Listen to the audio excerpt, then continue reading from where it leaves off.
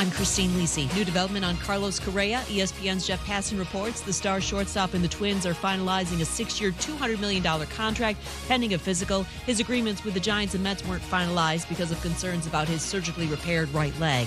Bears GM Ryan Poles backed quarterback Justin Fields as their starter for 2023, said they'd have to be absolutely blown away to take a QB with the number 1 overall pick in this year's draft.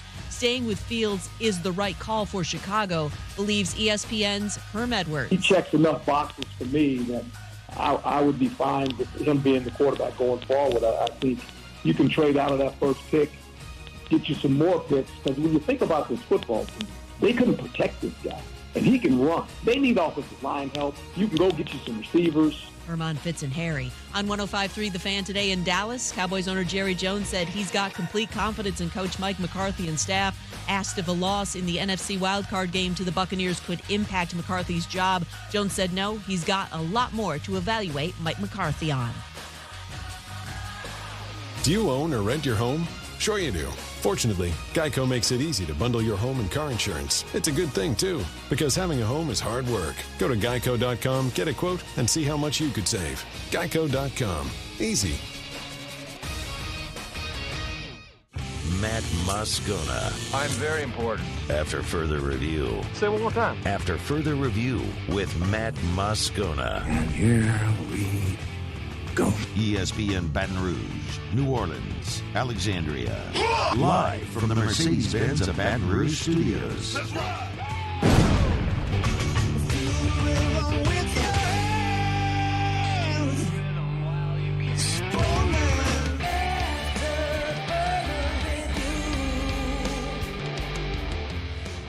And off we go. Welcome aboard. Glad you're with us, AFR. Glad to have you aboard. I'm Matt. You're a loser, Matt! Paul O'Neill. They're chanting Paul O'Neill's name. You so.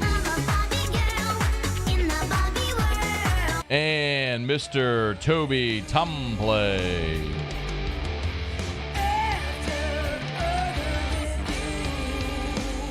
All right, we're here. Glad you are as well. Get out there and make it a good one. So you probably watched at least a portion of the night anyway. Georgia goes back-to-back. They win the national championship. They absolutely blow the doors off of TCU. 65-7 is your final, most lopsided championship we've seen. Certainly in this era. I don't know, maybe something back in like 1917. There might have been something more one-sided. But 65-7. Georgia got up 10-0. Looked like maybe on the busted coverage, and TCU got in the end zone to make it 10-7. They might steady the game. What they needed was a stop, and a stop they did not get. Georgia just absolutely runs roughshod all over TCU from that point on. Outgained them by 400 yards. It was so stupid. When Georgia scored at the start of the fourth quarter, my wife said to me, like, could they just stop? Like, she doesn't know football or sports or anything. So it was really just like a question of, is it bad? Like, do they just stop scoring? I'm like, what do you do? Like, take a knee for the whole fourth quarter? She's like, could they? I guess you could, but I mean, LSU did that with about 6 minutes to go against Ole Miss back in 2011, and that was seen as bad sportsmanship. I'm not sure what else Georgia could have done to get that game to a more swift conclusion. But 65-7 is the final. Kirby Smart after the game. Number one. Really aggressive plan, not holding back anything. We wanted our kids to play without fear. And all year I told them, I said, we ain't getting hunted, guys. We're doing the hunting, and hunting season's almost over. We only got one more chance to hunt, and we hunted tonight. They did. This is, like this is what happens when you have a team that is physically superior, that's bigger, stronger, faster, and plays clean. And I think one thing we would all agree on is that this Georgia team, when they played their best, which was not every week, but when this Georgia team played their best, they were by far the best team in the country. We saw them in the season opener against Oregon, where they just blew Oregon to smithereens, 49-3. When they played number one Tennessee, that was a 27-13 final, and that score is not in any way a representative of how that game went. And then obviously here in the national championship game, after they got the scare from Ohio State 42-41, where Ohio State had blew a big lead and had an opportunity to game-winning field goal that they missed. But that very much got Georgia's attention. Clearly, they were locked in and they were just vastly superior to TCU, and you saw it. I mean, it was similar to what we saw with Bama, Kansas State, with an elite SEC team against a Big 12 team, and then you saw the same on Monday night with the national championship game. But what's the thing that's interesting to me, though, and we saw this kind of play out sort of consistently, is this idea that Georgia was somehow doubted. As a matter of fact, Stetson Bennett said it yesterday. We played this on the show yesterday. This is what Stetson Bennett said in the pre-championship game. This is what we set out to do this year. There's a lot of people who doubted us. And I know people are gonna be like, "Well, no, we didn't." Well, yeah, you did. Maybe not doubted us as far as unranked doubted us, but there wasn't a consensus, and it seems as if people have forgotten that storyline. And forgotten what this team has done as a collective, fought through that and heard all the doubters whenever, we're talking about 15 draft picks lost to the draft. And, Okay, whatever. All right, so heard all the doubters. Stetson Bennett heard all the doubters all season long. So then, we laughed at that yesterday a bit. And then after the game, Kirby Smart said this. They had a will to work. They didn't listen to what everybody said about them. And everybody doubted them to start the year. And that chip on the shoulder was just big enough to create an edge for our team. Because every time they got doubted, they came out fighting. Did he say everyone doubted him before the year? Is that what he said? Did I hear that correctly? Can you play that again? Did he say everybody doubted him before the year? And everybody doubted him to start the year? Everybody doubted him to start the year. That was part of what really made me kind of go, And then on the field postgame, and I saw this on Twitter earlier today, Nolan something or other, who played for Georgia, was doing an interview on the field postgame, and he said this. They thought we was going to go 7-5. We end up perfect. I could talk trash now because I'm done. I'm a dog for life, and I will always be a dog. Did I hear that correctly? Did he say they thought we were going to go 7-5? Can you play that again? They thought we was going to go 7-5. Oh, we ended up perfect. You heard that too, didn't you? Yeah, I heard that. 7-5? 7-5. So I heard all of this, and I thought to myself, this idea that Georgia was doubted in the preseason, it seems somewhat ludicrous. So I charged our staff here to go look in terms of the preseason and to find all of these examples of doubt. Muse, if you would. Yeah, what we got? What was Georgia's 7-5? 7-5. What was Georgia's preseason win total in Vegas? 10.5. Oh. Yeah. 10.5. 10.5. That's not 7-5. No, you'd actually have to win 11 games to go over 10.5. Yeah. Yeah. Oh.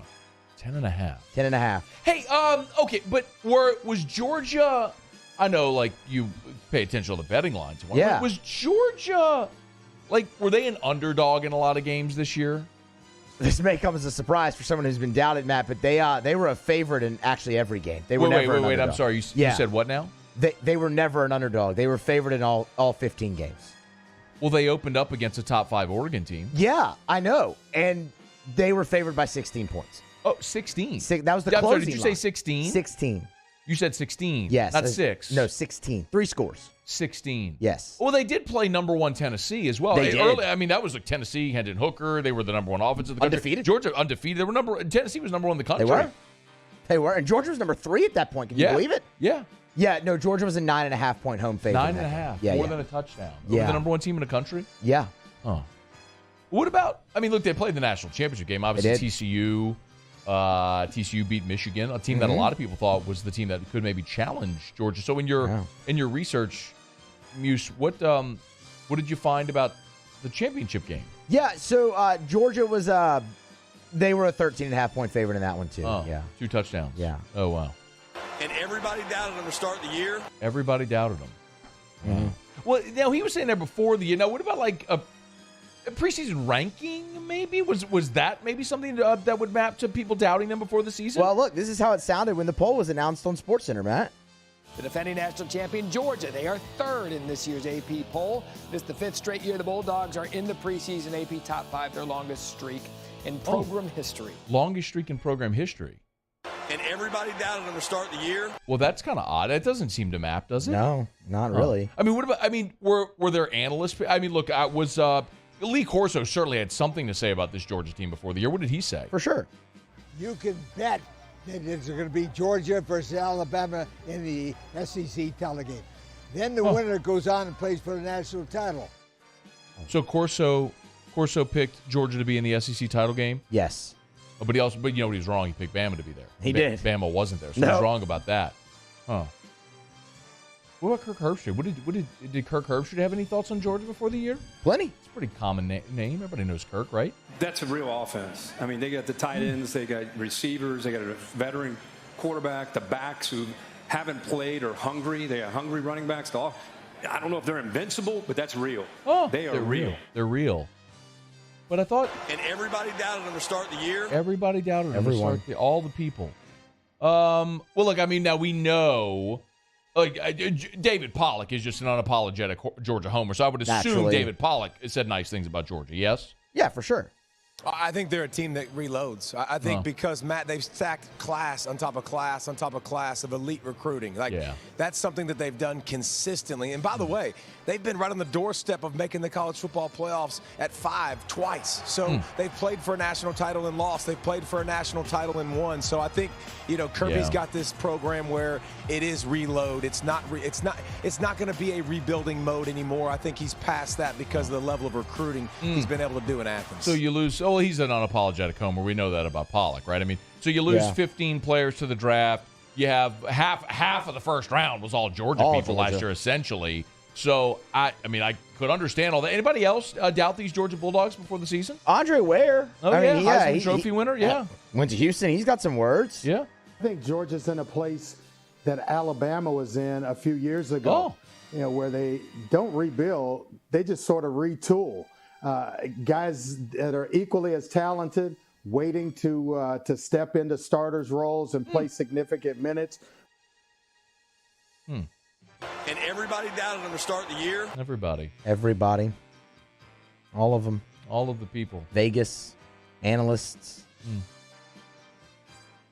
You said, I sent you on a mission to go find all the doubters. Mm-hmm. You have failed miserably. That wasn't what you wanted? I wanted the doubters. Oh. Where are the doubters? I'll keep looking. I mean, somebody clearly picked this team to go 7-5. Somebody. Where was the people that picked this team to go 7-5? I'd like to meet that Kirby person. Smart? What is he telling them this in the locker room? Maybe that was the guy who picked Vanderbilt to win the league. The same guy who did that. What in the world? How in the hell can you go in any way?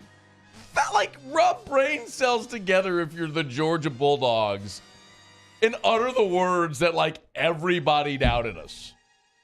And everybody doubted them to start the year. They literally had the second best odds to win the national championship. Their win total was 10.5. They were the betting favorite to win the East, to go to Atlanta. They were preseason top 5 in everybody's poll. That was after losing 15 guys in the draft. That's a modern record. A record number of players in the draft. I could not even believe it when I was listening to that kid Nolan Smith on the field after the game saying everybody was picking us to go 7-5. I mean, coaches will say what they need to say to get their teams motivated. And God bless. I understand. But it has to, at least, you would think, it has to at least be rooted somewhat in reality. But there was literally nobody picked him 7-5. Not a person. The most extreme might have been, I think they might lose 3 games. They could go 9-3. You might be able to dig somewhere and find someone who uttered those words. 7-5 in that SEC East. Yeah, Kirby, come on, dog. They overcame it all, though, man. They overcame it all. All of it. All the doubters. All the doubters. You know what? Hate to tell them. Next year, the betting favorite to win the college football playoff, the Georgia Bulldogs. I don't believe you. That can't be. That can't be. Everybody doubted them before the year. Everybody doubted them to start the year. What, Kirby, Jesus. All right, it's after further review. We'll talk plenty about the national championship game. Let me knock out a quick break. Terrell joins us next. It's AFR.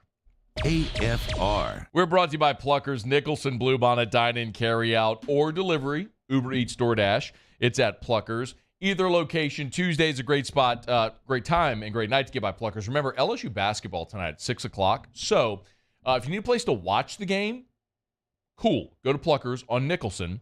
Remember, 8:30, sports trivia with our guy Hunt Palmer. So make a night of this. LSU basketball at 6. Game will end somewhere around 8. Hang out, eat wings, watch the game, play sports trivia afterwards, make a night of it. Or if you're going to the game at the PMAC, grab a bite before you go to the Maravich Center, or after the game, LSU in Florida. Don't worry about traffic or getting home. It's Tuesday night. Just get on by Pluckers on Nicholson, just south of campus. And at 8:30, sports trivia with Hunt Palmer. Win Pluckers gift cards, Amazon gift cards, other great prizes. Spin the prize wheel. Every team that plays gets to spin the prize wheel, so everybody wins something. It's at Pluckers, where if you don't like our wings, we'll give you the bird. Gulf Coast Bank and Trust is giving our customers the power to bank anywhere, anytime during this challenging event. And we're right there with you. Our mobile banking app is a smart way to manage your money and time. Gulf Coast Bank and Trust, the bank that cares about you.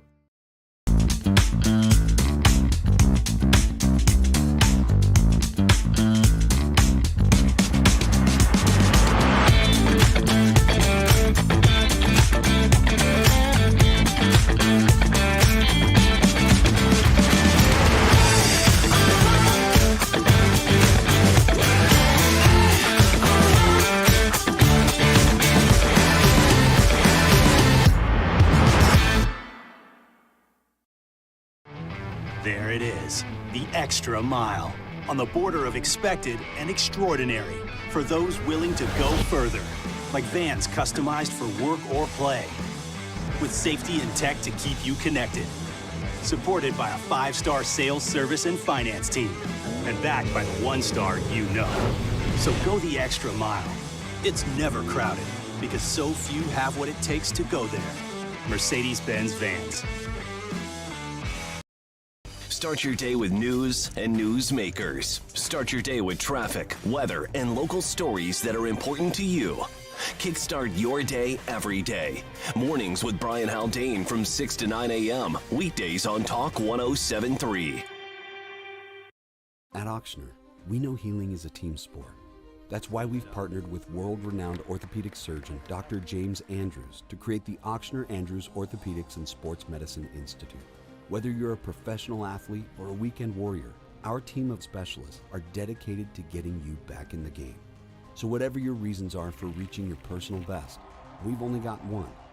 You. Ochsner Andrews Institute. Long live you.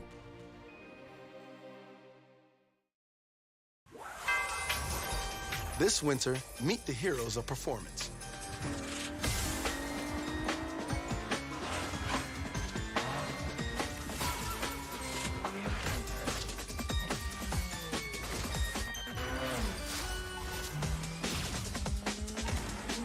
Only available at the Acura Season of Performance. This winter, visit your local Acura dealer for attractive offers on the Integra.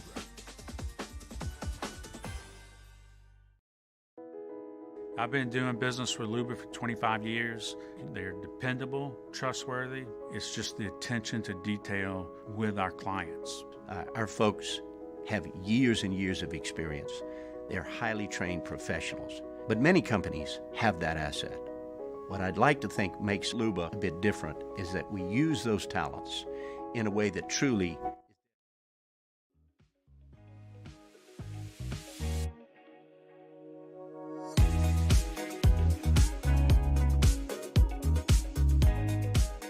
After further review with Matt Moscona, ESPN Baton Rouge, New Orleans, Alexandria.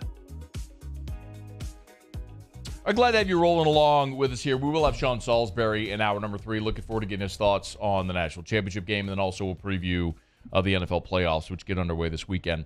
Of course, the Saints will not be participating in the NFL playoffs for the second consecutive year, and to get back there, they'll have to have a pretty impactful offseason, and a part of that could be assets attained through a Sean Payton trade. So what might be available? Kat Terrell over at ESPN.com, Saints writer, has a great, extensive piece up answering essentially every question you need to know. I wanted to have Kat on so we can talk a little bit about it.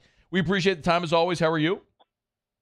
I'm doing well. I have come down with the postseason cold that I always seem to get right after the season ends. I don't really understand how that happens, but your body knows, man. Your body knows. It really does. I told my brother last week I was going to get sick. You're running on adrenaline, and then the season ends. You come down off the adrenaline, and your body gets the immune system lets yourself down a little bit. So. But you sound great. We appreciate you as always for the time and for making time available. Hey, so let's start with Sean Payton to say, do you think that number one, is he going to be coaching in 2023? I think he is, because coaches that want to get back in the game don't like to stay away from for very long. So if he's still out there next year, it kind of makes me wonder how much he really wants to coach again. When Bill Cowher stepped away, I felt like for years people thought that he was going to go back, and he never did. And eventually, as the years went on, that stopped being brought up. But Payton kind of seems a little bit different. He's talked about coming back multiple times. He's kept himself in the news cycle. He said what he would do to fix Russell Wilson. He said that he's joked with Mickey Loomis about trading for Taysom Hill. So all of these things, it's in addition to, his gig on Fox, keeps him in the news. And I think that there's part of that that's on purpose, so people don't forget about him. So I guess I would be surprised if he's not coaching in 2023, but the reason that would happen is that he didn't like the options that were available. The options right now are the Texans, the Panthers, the Colts, the Broncos, the Cardinals. Do any of those make the most sense, or does one make more sense than the others? I think the Saints would welcome him going to the Panthers because they would ask for more compensation than they would ask for a team out of the division. But it doesn't really seem like that's going to happen. The Cardinals seems like a possibility. The Broncos seems like a possibility, although, if the Broncos are going to trade for Sean Payton, they already made the Russell Wilson trade. So that's a ton of picks they're giving up in 2 years. But if they feel he's the guy, maybe that's possible. I think with the Colts, could Payton get along with ownership, who's been doing, some crazy things lately with hiring Jeff Saturday, and I don't know where that's going to go. And I would be surprised if it was the Texans. That just seems like an organization that, while it does have, a lot of young talent and a very high draft pick, they've gone through coaches so much lately, and is that where you want to be after so much upheaval? I don't know, but to me, the Cardinals and the Broncos would make the most sense. Is there a wild card? I guess the Rams, if McVay retired or stepped away, but the timing of that seems like it wouldn't line up. And then the Rams would have to want Payton, and I'm not sure if they do. So I guess that would be the wild card, but I feel like McVay would have to make a decision pretty quickly if that was going to be the case. And I seriously doubt they wouldn't tell him to take all the time that he needs. Kat Terrell's with us. She's on Twitter at @Kat_Terrell. We're talking about Sean Payton and what may be out there. Okay, so the Saints have Sean Payton's rights through the end of the 2024 season. So 2 more years, essentially. How does the compensation, or does the compensation shift year to year? Meaning, if Payton doesn't go anywhere this year, does it lessen or strengthen the market for him next year potentially? I think the compensation would drop enormously. If you look at the Bruce Arians trade or whatnot a few years ago, the Bucs only got a 7th-round pick for him. He was the guy who retired, and then he came back very quickly, but he only had a year left on his deal. So it didn't really seem like teams were going to throw a lot out there for him. I think the compensation was a lot more in the past for some of these coaches that had a couple years left on their contract. But, it's interesting with these other coaches, the major coaching trades that we've seen, like Parcells and Holmgren and Belichick, it all really seemed to stem around these coaches wanting more personnel control than their current team had wanted to give them. So it does make me wonder, was that a thing with Payton? Because Payton, I think, had a lot of control in New Orleans, and he's even said himself, it's not necessarily about the quarterback situation, even though that's a factor. It's how does he get along with ownership in the front office. So it'll be interesting to see how that goes. But, yeah, I think if he doesn't go anywhere this year, the Saints wouldn't get much for him next year.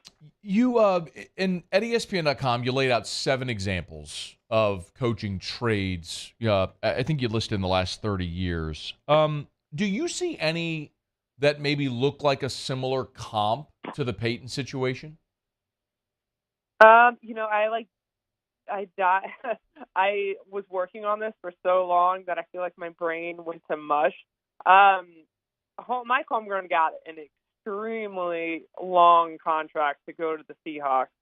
I'm not sure any teams are really giving any coach an 8-year deal after what happened with John Gruden. I mean, college teams are doing it. I think it's insane to do it for any coach. Why would you ever give, a coach that long of a contract knowing you will probably be paying him to leave at some point, unless you're talking about Bill Belichick or Nick Saban. Belichick, that wasn't much compensation for that unique situation. I think it was like a 4th and 7th round pick for Belichick, a 5th round pick and a 7th round pick. So, I mean, Gruden is a ton of compensation. It would probably be somewhere in the middle of all these. Like I keep seeing a 1st round pick. My question is, if it was the Cardinals, would they part with the 3rd overall pick? The Saints would be ecstatic. I don't know if the Cardinals would want to do it. So if it's the Cardinals, do we automatically move down a round to the 2nd round? Because if it's the Broncos, they have the 49ers pick, so that's already very late in the 1st round. So I could see that team giving up a 1st round pick, but obviously the Saints would want more compensation, but they might not be able to get it. Do you know what? We've seen the reports that the Saints want a 1st round pick, but as you just alluded, there's a giant difference between the 3rd pick or the 12th pick and the 30th pick. So if it is a later one, do you know what else the Saints may covet? I'm not sure. I just know that it's obvious they probably want to start negotiating at a 1st round pick. Doesn't mean they're going to get one. I do know that they've been, bracing or thinking about this really since the day Payton left. And I know that's how I knew if it had been a team in the division, obviously they were going to hold them to more. They want Payton to be able to coach somewhere if he wants, to be happy, but they expect to be compensated in return, and all the parties understand that. Mickey Loomis and Sean Payton have a great relationship, so it's not like the Saints are trying to hold him hostage. They're very grateful for everything he did for the organization, but it's got to be something fair between all sides, and a few of these, I think the NFL has gotten involved, or at least I think that was the case with the Parcells trade and maybe the Belichick trade. But yeah, it's I'm not really sure what they'd want after the 1st rounder. What I want to know is if the Saints were already thinking about this when I know they're thinking about it. I wonder if it factored into their decision last year to trade for another 1st round pick, that they were always thinking they would get a 1st round pick this year. So you tap danced around it was literally the note I had just written down that I wanted to ask you. Well, yeah, I was kind of just me rambling. Sorry. So no, but you've alluded to, and we've heard that before though, Kat. Like when the Saints made the decision to trade for the deals they did for Olave and Penning, they knew they were likely going to get compensated for Sean Payton. Do you know or believe that to be the case? I don't know if that factored into their thinking for that specifically. I do know that the Saints, from the very beginning, kind of always assumed there was a good chance that Payton would be coaching again in 2023, just somewhere else. So I think they always thought there was a chance for compensation. I'm just not sure if they thought when they made the trade, hey, we're getting a 1st round pick back next year, or if they just thought hey, I really want these two guys, because the two draft picks they ended up getting are basically the guys that people said they would be getting from day one. Everyone said Olave was a very good prospect to go to the Saints, and everyone knew that Teron Armstead probably wasn't coming back, and they needed a left tackle. So, it's possible that they just said, hey, we're just going to go in for these guys, and whatever happens next year, whatever happens, because Mickey Loomis has been around long enough to know that nothing's guaranteed, and Payton could decide, hey, you know what, I kind of like not coaching, and I'm just never coming back. Do you know what kind of timeline or best guess as far as a timeline for this to be rectified? Well, he can't interview anywhere until the 17th, which is really kind of weird. The NFL holding him to that rule. Yeah, I know the Saints hold his rights, but he's not currently coaching, so that's kind of odd. So we're not going to get any resolution to anything until at least next week. But you would assume that no one wants to drag this out, right? Because you've got a lot of decisions to make. I mean, first of all, the Saints need a quarterback. And if they're going to go out of the market, start looking at quarterbacks, for example, if they wanted to trade for Derek Carr, well, Derek Carr's salary, his massive salary, becomes guaranteed on February 15th. So if they have a first-round pick, maybe that changes their mind about how they approach a quarterback trade and the draft. Look, all of this, for many reasons, needs to get done quickly, but usually you want to start seeing things in place before the Senior Bowl, because that's when staffs are finalized and, hires are made for next year and things like that. And that's coming up at the end of the month. Kat, before you go, I think all of us are assuming that the New Orleans Saints are going to try to draft a quarterback. Are you of that opinion as well? Like that's the target with with whatever asset they might get for Sean Payton, or is there another target they have in mind? I would think if they got a high enough pick, that would be what they're thinking. But, it's hard for me to think that way until I see what they get for Payton. But if they did have a pick, yes, I would think they would draft a quarterback. They can make a trade for someone like Carr, but you're paying a huge salary and then you're giving up more picks and you're not I don't know. It's not the easiest thing to do. It's why I keep saying I wouldn't be totally surprised if we just see Andy Dalton re-signed for another year, and then they try to address quarterback next year, depending on how well they perform. I think you really got to look at every single option possible, but the one that seems the least likely is that Jameis Winston is the starting quarterback next year, just based on how vocally upset he was after they went ahead with Andy Dalton instead of him, because now that Winston has been passed up several times, when they started Taysom over him, when they went and got Deshaun Watson, when they started Dalton over him. If I were him, I'd want a fresh start. I want to go somewhere else. So Dennis Allen said that doesn't really make a difference, but I kind of disagree. I think he could factor in. She is Kat Terrell. You can read the piece up at ESPN.com about the Sean Payton watch, how it continues, and all the info you need there. And she's on Twitter at @Kat_Terrell. We appreciate it. Thanks so much. Thanks for having me on. Always our pleasure. Kat Terrell covering the Saints there for ESPN.com. Get by and read her stuff. We'll follow it as it moves along. It is a certainly fascinating piece of the Saints offseason, maybe the most fascinating piece, because whatever does happen with the Saints this offseason, the wheels that will be set in motion, like the first flick of the domino to set off the chain reaction is whatever happens with Sean Payton. And so there needs to be resolution there before the Saints can get to anything else.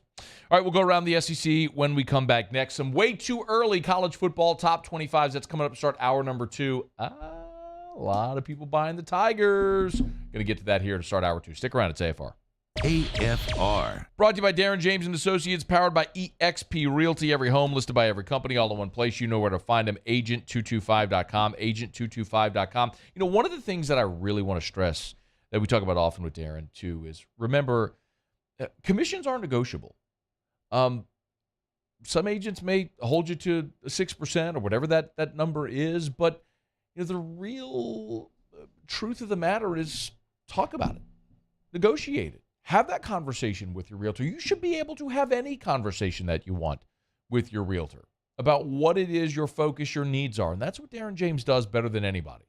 He's on the Wall Street Journal's list of the top 1% of realtors in America. And that's not something that's just arbitrary. That's objective data. Number of homes closed. That's Darren James. 335-7666, 335-7666. Nobody's going to work harder to get your home sold faster for more money than Darren James. So call Darren James. Get your home sold. Think real estate. Think Darren James. Time doesn't stop, and the world keeps spinning. Community, culture, and communications. The powerful circle that connects us together. We're creating the next evolution. A network built for every possibility. Moving faster than ever before. Streaming us forward into the future. And the revolution is closer than you think. RTC, ETEL, and Vision are now Rev. New name, same company. I've been doing business with Luba for 25 years. They're dependable, trustworthy. It's just the attention to detail with our clients. Our folks have years and years of experience. They're highly trained professionals, but many companies have that asset. What I'd like to think makes Luba a bit different is that we use those talents in a way that truly is dedicated to serving the needs of the folks who depend on us. Bayou Chrysler Dodge Jeep Ram has $10,000 off MSRP on all new 2022 Black Widow Jeep Gladiators in stock. All new Bayou vehicles come with a 1 million mile powertrain warranty and free delivery. If you need sales or service, the crew at Bayou is going to do right by you. Louisiana. It's a place defined by culture, by pride, by passion, by people who do more than love this place. They celebrate it, elevate it, champion it. They are the individuals who embody what makes Louisiana great. The companies that make Louisiana a better place to work and live. The nonprofits leading transformational change in our communities. Champions of Louisiana are all around us, and LWCC is proud to celebrate them because we've always been Louisiana loyal, supporting the workers, the innovators, the change agents of this great place we call home. Who are the champions around you? Together, we can share their stories. Together, we can help our home state thrive. Together, we are Louisiana loyal. Always.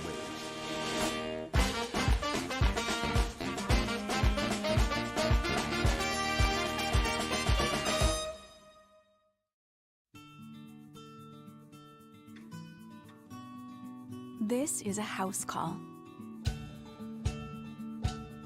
This is a follow-up appointment. This is a diabetes checkup. This isn't just more convenient care, it's more advanced care. This is innovating healthcare at Louisiana's #1 hospital, Ochsner.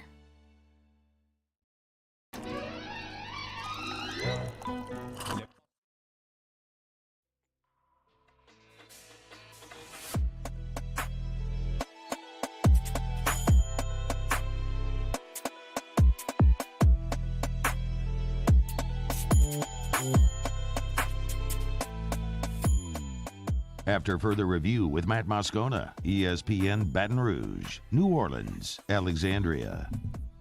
I mean, I'd like to credit the Georgia video staff. They have done some magnificent editing work to fabricate opinions that people had about Georgia or are alleged to have had about Georgia before the season. It's the only reason this makes sense. Muse, who is this guy, number 96? Zion Logue. Zion Logue? Yeah, Logue. What? He's a defensive player, I would Defensive assume. lineman, Number yeah. 96. What year is he?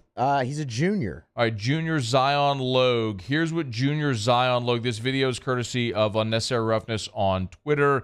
Here's what Zion Logue said after the game. Y'all thought we was going to be 6-6, 5-7. Y'all thought we was going to be 6-6, 5-7. Y'all thought we was going to be 6-6, 5-7. I'm sorry. Y'all thought we was going to be 6-6, 5-7. If you missed it, thank you.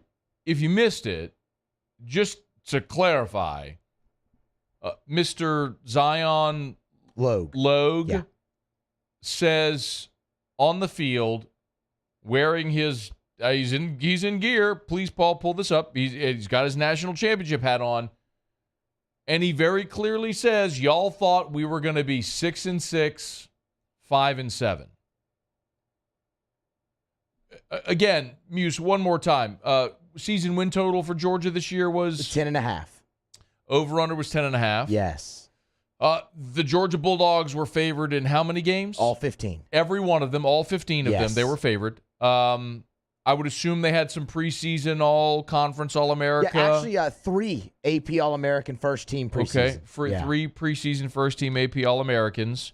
They were, of course, favored to win the SEC West by the media, or the East, excuse me, by the media. I think the media picked Bama to win the conference. By three votes, I think. It was close. If I'm not mistaken. But Georgia was right there as well. But I don't know, Muse, you'll have to check me on this. They've been playing the SEC Championship game since 1992. I know that. Right, yeah. I don't think any team has gone 6-6 or 5-7 and made it to the championship game. You can check me. That's never happened. You might want to check. Are you sure? Just to make. Okay, all right. You might as well do it. Just run a quick check just to make sure. We're all about being factually accurate. I hear you. Well, just make sure we're accurate. Somebody's got to be. What in the world is like? Hat tip to the video squad. I mean, they have clearly just taken projections that people had for Missouri and just spliced Georgia in there. What the hell? 6-6. 6-6. An actual human being on the Georgia football team said that. He got it from somewhere. Yeah. My goodness. All right, it's after further review. If you need to recalibrate those projections, thank you. Michele weighing and measurement. How about that, Muse? Did you like what I did there? That was terrible. That was good. That was terrible. Oh, shout out Michele, but that was terrible. That was great. Michele weighing and measurement. You weigh or measure something, including the merit of your opinions. Michele weighing and measurement. Michele.com. 29 different offices and calibration labs across 11 different states, and they have done great work in the last year to increase their square footage, the amount, size, and capabilities of their precision measurement device calibration labs all across the country. Check them out at Michele.com, Michele.com. They are hiring as well, so you can hit the careers tab right there at the top of the page at Michele.com, Michelli. Now more than 75 years in business. It's Michele weighing and measurement, Michele.com. Okay, let's go around the SEC. Around the SEC, presented by Gulf Coast Office Products, excellence in imaging solutions. The Georgia Bulldogs. Defensive lineman Jalen Carter, no surprise here. He's foregoing his senior year, entering the draft. The 6'3", 310-pound tackle was unanimous All-American this year.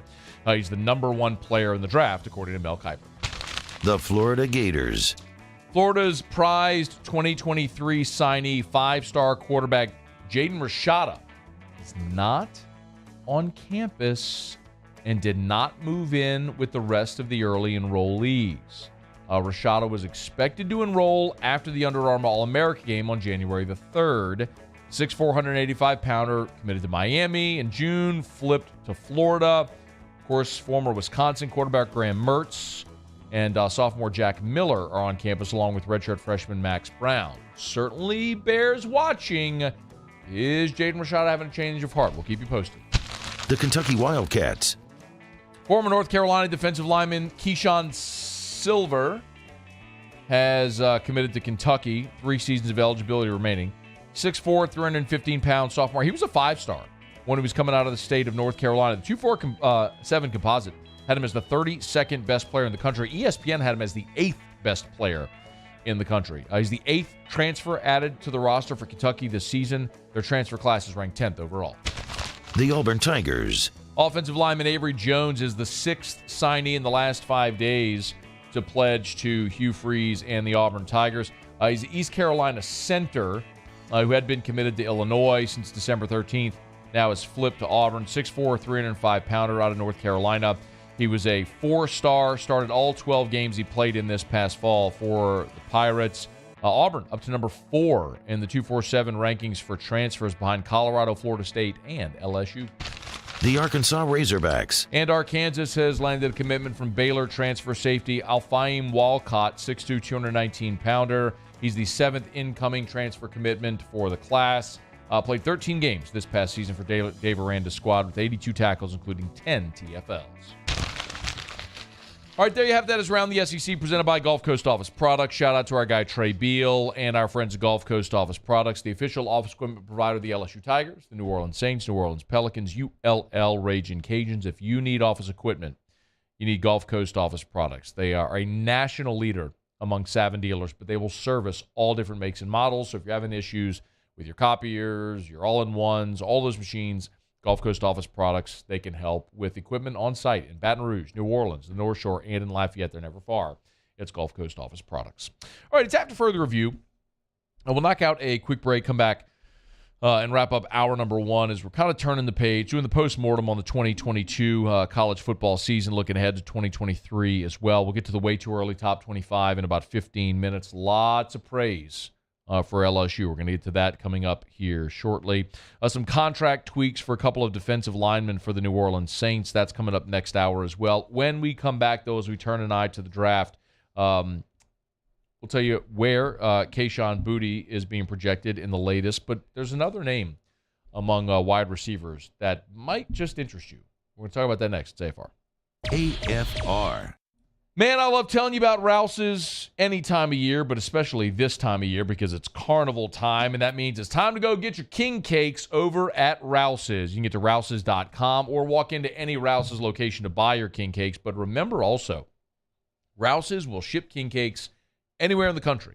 So if you love the Saints or the Tigers or from Louisiana, but work or something else is taking you to another part of the country and you want to experience carnival season and you're listening or watching online, awesome. Go to rouses.com, and Rouse's will ship that king cake to you anywhere in the country. Just go to rouses.com. You'll see it right there on the homepage. Again, rouses.com.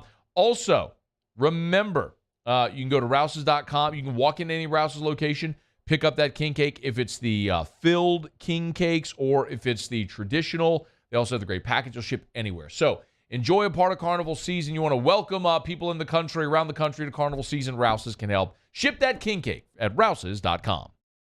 Bayou Ford has $10,000 off MSRP on a new 2022 Ford F-150, plus no payments for 90 days and 2.9% APR for 72 months. All new Bayou vehicles come with a 1 million mile powertrain warranty. If you need sales or service, the crew at Bayou Ford is going to do right by you. I'm Chris Nakamoto, and here's what I'm working on for my stories on WBRZ Channel 2 tonight.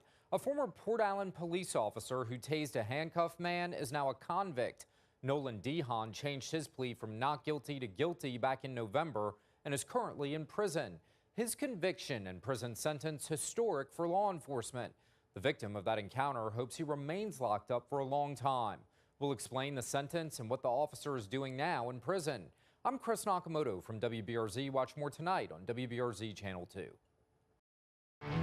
There it is, the extra mile, on the border of expected and extraordinary, for those willing to go further, like vans customized for work or play, with safety and tech to keep you connected, supported by a 5-star sales, service, and finance team, and backed by the 1-star you know. So go the extra mile. It's never crowded, because so few have what it takes to go there. Mercedes-Benz Vans. ServiceMaster Elite create clean, disinfected work environments. As a local business, we take pride in serving the New Orleans and Baton Rouge areas. Our cleaning protocols follow CDC and OSHA standards for healthcare settings, offices, senior living, restaurants, and industrial plants. Contact ServiceMaster Elite to get your operation ready for reopening with germ disinfection cleaning. ServiceMaster Elite, the trusted choice in professional cleaning since 1996.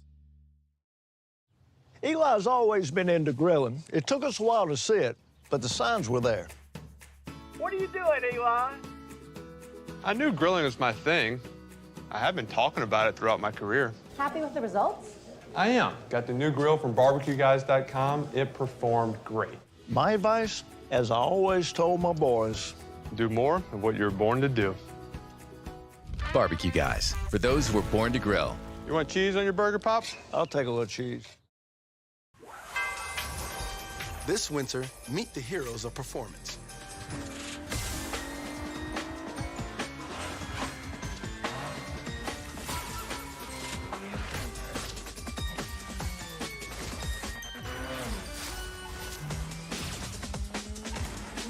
Only available at the Acura Season of Performance. This winter, visit your local Acura dealer for attractive offers on the MDX.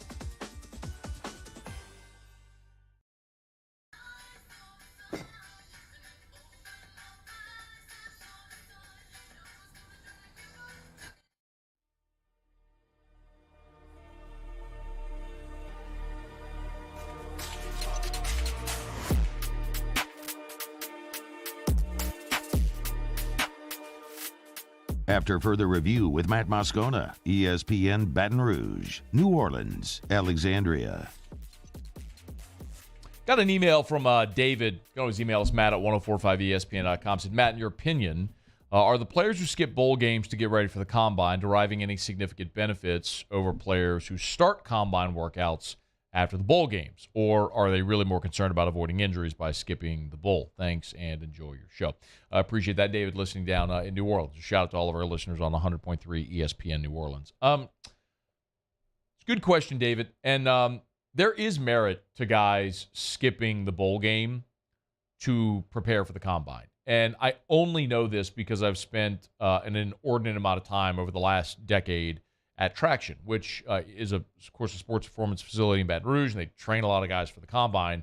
And what I can definitively tell you is the way, and this is not something I know, it's just from having been there and talking to Mac Chuili and a lot of the trainers over there and the athletes that prepare for it. In training for the Combine, your training is dramatically different than training for football. So if you're preparing to play in the bowl game, you spend the month of December. Essentially, remember, you finish the regular season Thanksgiving weekend, or in LSU's case, the first after the SEC championship game, so first Saturday in December. The whole month of December is spent going through football work to get ready for a bowl game. If you instead spend the month of December getting ready for the Combine, you're working on things like speed and agility, like you're working on track drills, like your start, hand placement, your first 5 steps, how you move your arms when you're running the 40. Like, you're working on those things instead of pushing sleds and getting ready to play football. So, yes, I mean, having a whole extra month to prepare your body for that workout, absolutely it matters. But the two also go hand in hand. You're also trying to avoid injury in advance of the Combine. Now, of course, Kayshon Boutte is a guy who has declared for the draft after first announcing that he was coming back. So you would assume, is certainly using this time to get ready for the Combine. And Matt Miller from ESPN.com put together his list, draft analyst, of the top receivers in this year's draft. And he's got Kayshon at number 8.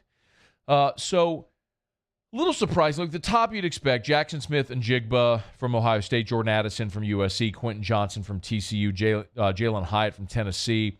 It feels like then there's a pretty big drop-off. Zay Flowers from Boston College, Josh Downs from North Carolina, then Rashee Rice from SMU is 7th, and there's Kayshon at 8. And he essentially says, look, I mean, Kayshon, when he's on the field, he quotes one scout. So, look, when Kayshon, quote, he has the size and speed package, plays physical. Before this past year, he was real productive in the red area, had a bunch of scores. I chalk a lot of this year up to a new head coach and a different offensive system.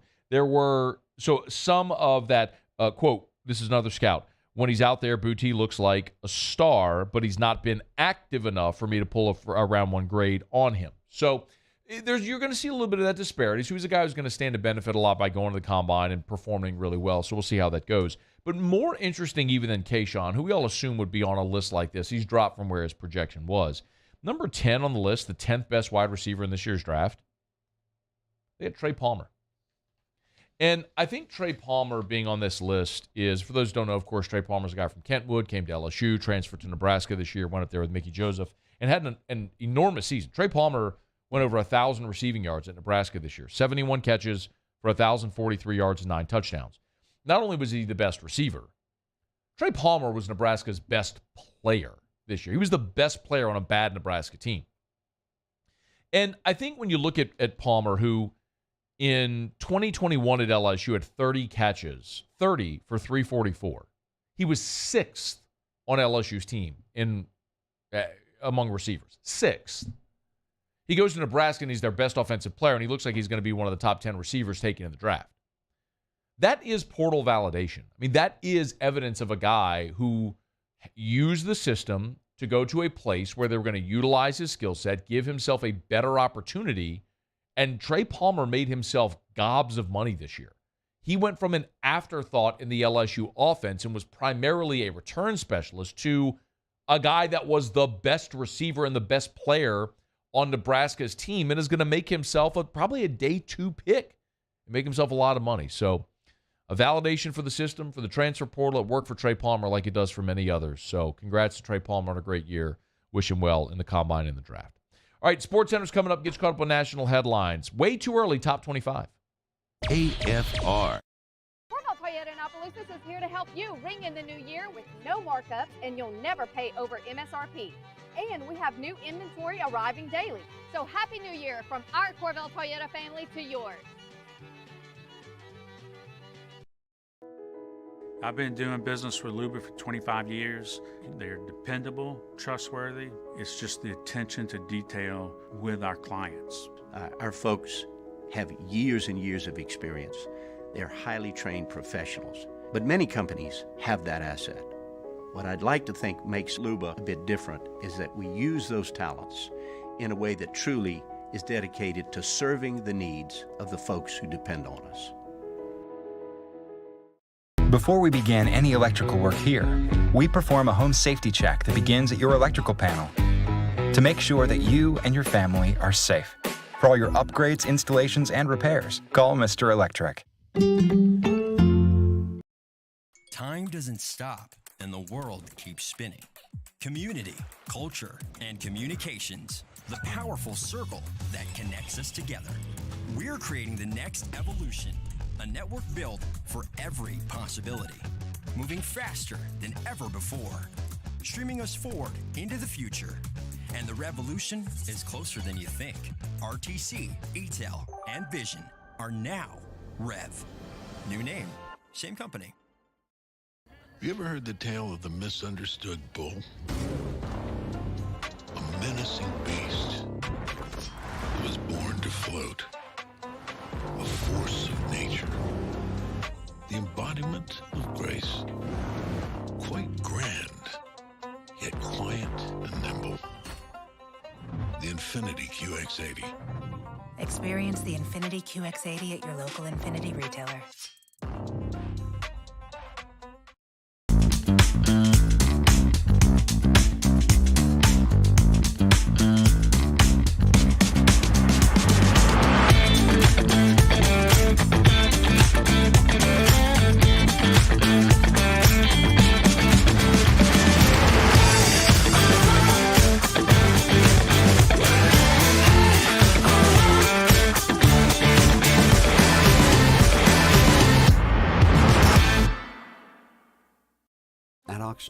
We know healing is a team sport. That's why we've partnered with world-renowned orthopedic surgeon Dr. James Andrews to create the Ochsner Andrews Orthopedics and Sports Medicine Institute. Whether you're a professional athlete or a weekend warrior, our team of specialists are dedicated to getting you back in the game. So whatever your reasons are for reaching your personal best, we've only got one. You. Ochsner Andrews Institute. Long live you.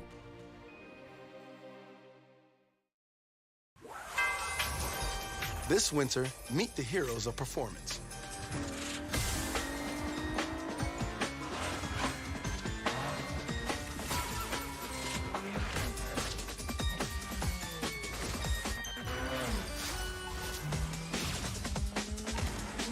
Only available at the Acura Season of Performance.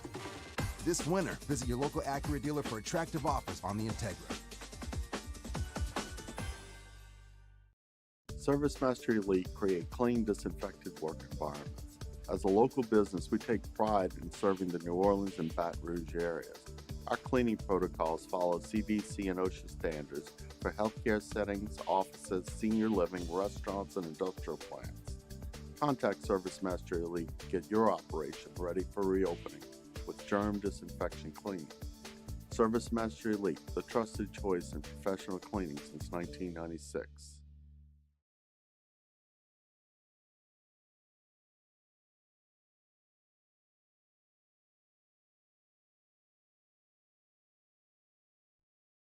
This is SportsCenter.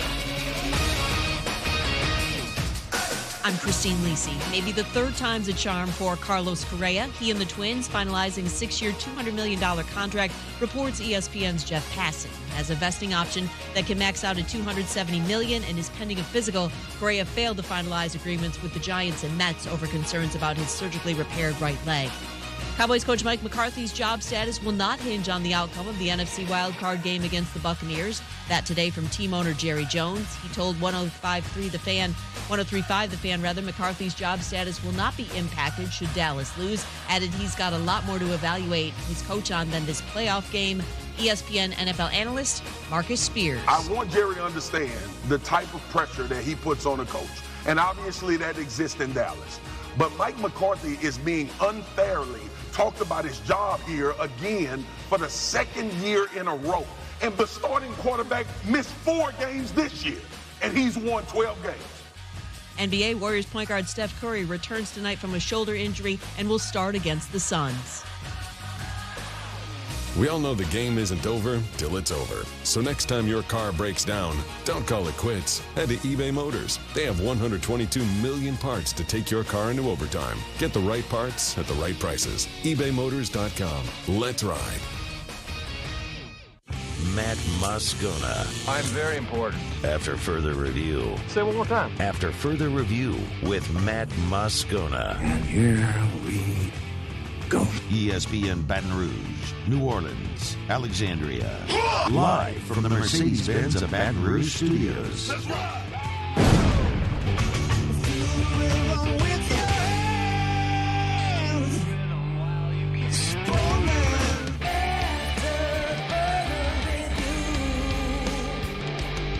Hour 2, off we go. Welcome aboard. Glad you're with us, AFR. I'm Matt. This is Shaq O'Neal, and I hate Matt. Paul O'Neal. They're chanting Paul O'Neal's name. You so. And Mr. Toby Time Play.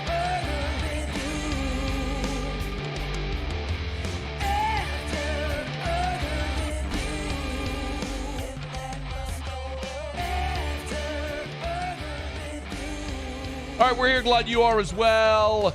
Get out there, make it a good one. Mintz will join us in studio here in about 30 minutes. Sean Salisbury next hour. Looking forward to that. Way too early. Top 25 is out. Told you that the betting favorite for next year, the Georgia Bulldogs are the odds-on favorite at plus 375.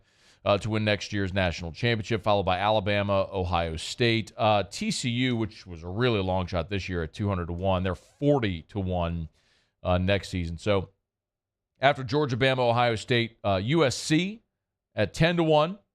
And how about Michigan and LSU tied with the 5th best odds at 14-1. Notre Dame is at 20-1. Clemson, which has now missed back-to-back CFPs after qualifying for the first or for 6 consecutive college football playoffs.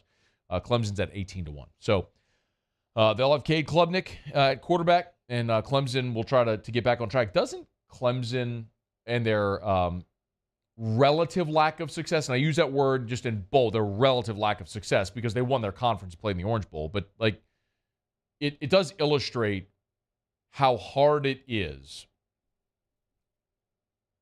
to make 6 straight playoffs. You say it out loud, and we're so conditioned to seeing Alabama there all the time in the same teams, but Clemson had a half-decade run where we were having conversations about Clemson the way people are having conversations about Georgia right now, right? Hey, does Clemson overtake Alabama? We played them in 3 title games, won 2 of them. Is Clemson the new Bama? I mean, that was the talk. Now they ain't. People are having those conversations about Georgia. Even though Kirby Smart is going to remind you that that wasn't necessarily the case. And everybody doubted him to start the year. If you missed the start of the show today, Go back and watch or listen on demand. We ran through a boatload of preseason prognostications about the Georgia Bulldogs, and nobody doubted Georgia. Nobody had them 7-5. One kid, what was the kid's name again, Muse? What was his name? That was Zion Logue. Zion Logue, who plays for Georgia, did a post-game on-field interview where he accused people of saying Georgia was going to go 6-6 or 5-7. Nobody 5-7. 5-7. Some people probably had Mizzou going 5. Yeah. I bet there were maybe some who thought Mississippi State might go 5-7. Kansas State. Yeah. Nobody had Kansas going 5-7. Because nobody had Kansas winning any games, let alone as many as they did. They went 6-7. Well, yeah, 6-6. They lost the bowl. Yeah. Anyway,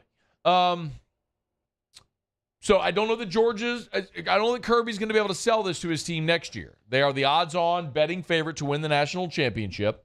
And in every preseason, way too early top 25, Georgia is the number one team in the country. That, however, is not very interesting. What's interesting to us here is where is LSU projected? So you kind of start perusing. This is the time when, the day after the national championship, you start to see the way too early top 25s come out and all the prognostications for next year. And, of course, you've got to throw with a big, big, big asterisk that there's a lot to still be determined. Rosters are still going to be set. You're going to have spring football. You're going to have injuries. You're going to have a whole nother round of transfer portal defections coming up after spring football. As I always remind you, Joe Burrow didn't even join LSU until after spring football in 2018. So there's a lot that's still going to be decided between now and when the season kicks off. That's why I think they appropriately term these the way too early top 25. But ESPN has Georgia, Ohio State, Michigan, Florida State preseason number 4. Bama, Penn State, Southern Cal, and then your Fighting Tigers of LSU. ESPN has LSU number 8 in the way too early preseason top 25 for next year. Of course, they put a whole list of key losses. Kayshawn, Jarek, Ali Gay, J. Roy, Ojulari, J. Ward, Mekhi Garner, but a lot of key additions and a pretty positive outlook for year 2 of the Brian Kelly era. So LSU preseason number 8 from ESPN, Oregon 9, and Tennessee 10. The other big takeaway here from this top 25, when you look at the SEC, Georgia 1, Bama 5, LSU 8, Tennessee 10. 4 teams in the top 10. The only other team in the preseason top 25 ESPN has is Ole Miss at number 20. So top heavy, where's the depth in the league going to come from this year? That'll be interesting. Now, the and hat tip, I think it was Go247 that did the legwork and put all this together. It was a list of all the preseason top 25, the way too early top 25s that have come out, and listed LSU's rankings in them. 247 Sports has LSU 7th. We mentioned ESPN 8th. The Athletic has LSU 4th. Bleacher Report 12, USA Today 11. Fox Sports has LSU the lowest at number 18, but that's absurd. SI has LSU 3rd, preseason number 3. Pro Football Focus has LSU number 8, and Yahoo has LSU number 5. So basically everyone has LSU in the top 10 except for Bleacher Report, USA Today, and Fox. But, I mean, you see everything ranging from all the way from 3 to 8 in the top 10. So I think it's validation. Some of y'all laughed at me. Look, some of y'all laughed at me when for the past few weeks I've been telling you that LSU Florida State was going to be a preseason top 10 matchup next year. Jordan Travis returning. Now Jared Verse is returning to Florida State. A couple of teams that each won 10 games this year. And you're seeing it play out. I think that's going to be the case when they line up in Orlando next year. LSU and Florida State are both going to be preseason top 10 teams. I think this does speak to the need for depth in the league. Georgia, Bama, LSU, Tennessee, if they're at the top, who else? Where does the league get the depth? Who steps up? A couple of years ago, it was Kentucky that won 10 games. Is South Carolina ready to build upon a very impressive season with Shane Beamer this past year? We'll see who those teams are that step up. But maybe the bigger head scratchers are two teams that were in the top 10 preseason a year ago that finished this season unranked, that are unranked in these preseason polls as well. Arkansas and Texas A&M. Arkansas, of course, face-planted with their Heisman Trophy candidate, KJ Jefferson, who's returning. I say that tongue firmly planted in cheek. For those that don't know, I had a bet with a radio buddy in Arkansas who bet me that KJ Jefferson would be a Heisman finalist this year. Needless to say, he owes me a very expensive dinner. KJ Jefferson's back, but Arkansas, no preseason top 25. And you know the other team is A&M. And A&M last year, despite the jokes about Texas 8-4, which are legitimate, on the backs of a strong signing class, they were a preseason top 10 team. We know what happened. They went 5-7. They finished unranked, obviously. They've lost 25 guys off their roster to the transfer portal. And they got a whole lot to prove next year, does Jimbo and the folks in Aggieland. Maybe the most fascinating story in college football next year, Texas A&M. Another one I'll tell you about is Tennessee. How about the love for Tennessee being preseason top 10, despite losing Hendon Hooker, Jalen Hyatt, Cedric Tillman? You're losing a lot off that offense. The offense which drove the bus for Tennessee this year. How good are they going to be next year without those guys? It's very much a prove-it year for Josh Heupel. People are giving him the benefit of the doubt. We'll see if they can live up to it. All right, it's after further review. We're glad to have you hanging out with us here. Brought to you by Shawbills Tire and Auto Service, shawbillstire.com. Bumper-to-bumper auto service, name brand tires at wholesale prices. You need work done to your vehicle, Shawbills can help you out, so get to shawbillstire.com to find the location near you. Again, shawbillstire.com. And they always sell you name brand tires at wholesale prices. They're going to sell you the best tires on the road. We're talking about Michelin, BF Goodrich, Bridgestone, Firestone, like name brand tires, not weird one-offs that you've never heard of that are going to leave you stranded. The best tires on the road at the cheapest price possible. And they always treat you like family. So schedule your service today. Shop tires online. See the dealer specials. Remember, always ask about the Shawbills credit card because so often using the Shawbills credit card will get you even greater incentives for lower prices and all the work you need done on your vehicle. It's at Shawbills. ShawBillsTire.com. Shawbills, where we keep you rolling. Okay, we'll talk some beer with Feinswog coming up next. Mintz in studio in about 15 minutes. Glad you're here. It's AFR. AFR.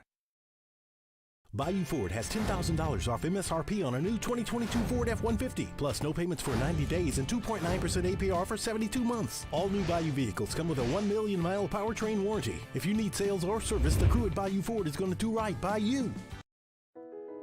I've been doing business with Luba for 25 years. They're dependable, trustworthy. It's just the attention to detail with our clients. Our folks have years and years of experience. They're highly trained professionals, but many companies have that asset. What I'd like to think makes Luba a bit different is that we use those talents in a way that truly is dedicated to serving the needs of the folks who depend on us. Follow us on Twitter at 1045ESPN to cast your vote in the Citizens Bank and Trust poll of the day. Vote daily inside Off the Bench, anytime. Hunt Palmer. And after further review, Citizens Bank and Trust brings you the poll of the day via Twitter at 1045ESPN. Louisiana. It's a place defined by culture, by pride, by passion, by people who do more than love this place. They celebrate it, elevate it, champion it. They are the individuals who embody what makes Louisiana great. The companies that make Louisiana a better place to work and live. The nonprofits leading transformational change in our communities. Champions of Louisiana are all around us, and LWCC is proud to celebrate them because we've always been Louisiana loyal, supporting the workers, the innovators, the change agents of this great place we call home. Who are the champions around you? Together, we can share their stories. Together, we can help our home state thrive. Together, we are Louisiana loyal. Always.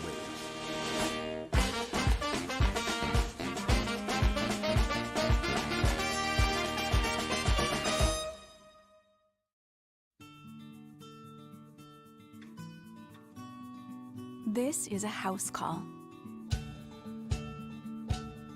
This is a follow-up appointment. This is a diabetes checkup. This isn't just more convenient care, it's more advanced care. This is innovating healthcare at Louisiana's #1 hospital, Ochsner. There it is, the extra mile, on the border of expected and extraordinary for those willing to go further, like vans customized for work or play, with safety and tech to keep you connected. Supported by a 5-star sales, service, and finance team, and backed by the 1-star you know. So go the extra mile. It's never crowded, because so few have what it takes to go there. Mercedes-Benz Vans. Eli's always been into grilling. It took us a while to see it, but the signs were there. What are you doing, Eli? I knew grilling was my thing. I have been talking about it throughout my career. Happy with the results? I am. Got the new grill from barbecueguys.com. It performed great. My advice, as I always told my boys, do more of what you're born to do. Barbecue Guys, for those who were born to grill. You want cheese on your burger, Pops? I'll take a little cheese. This winter, meet the heroes of performance.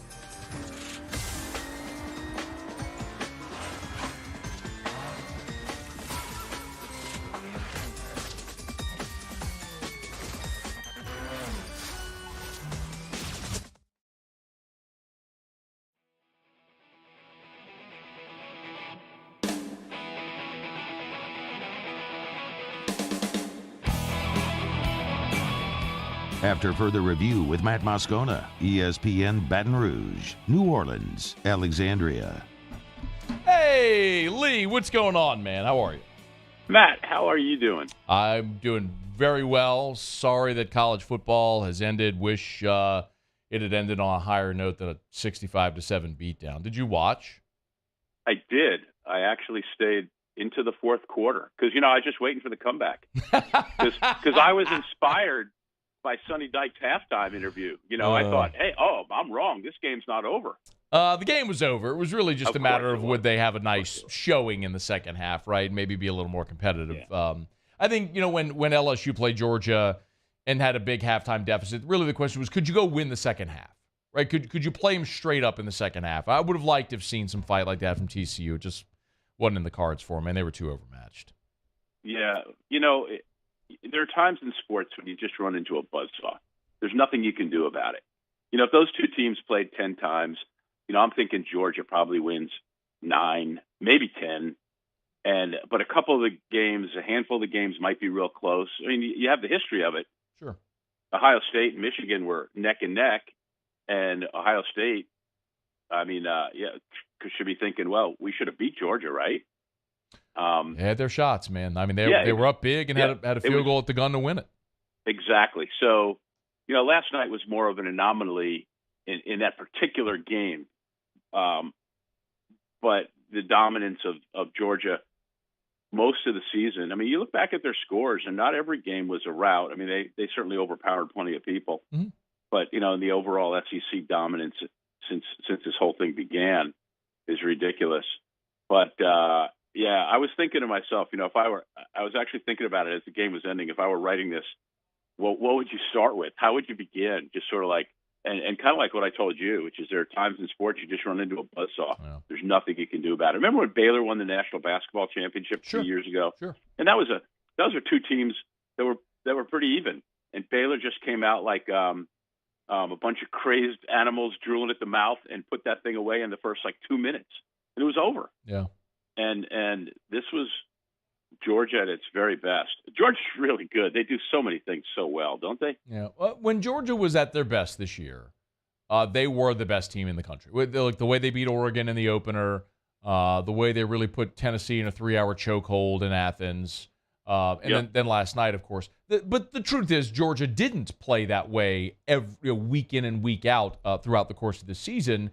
And they had some good fortune, which I think every championship team somewhere along the way probably needs in its season. But they were certainly deserving last night. They just absolutely dominated that game. I don't know if there's anything else to say. The question that a lot of people have asked is, has Georgia now overtaken Alabama as the sport's preeminent power. You have a thought there?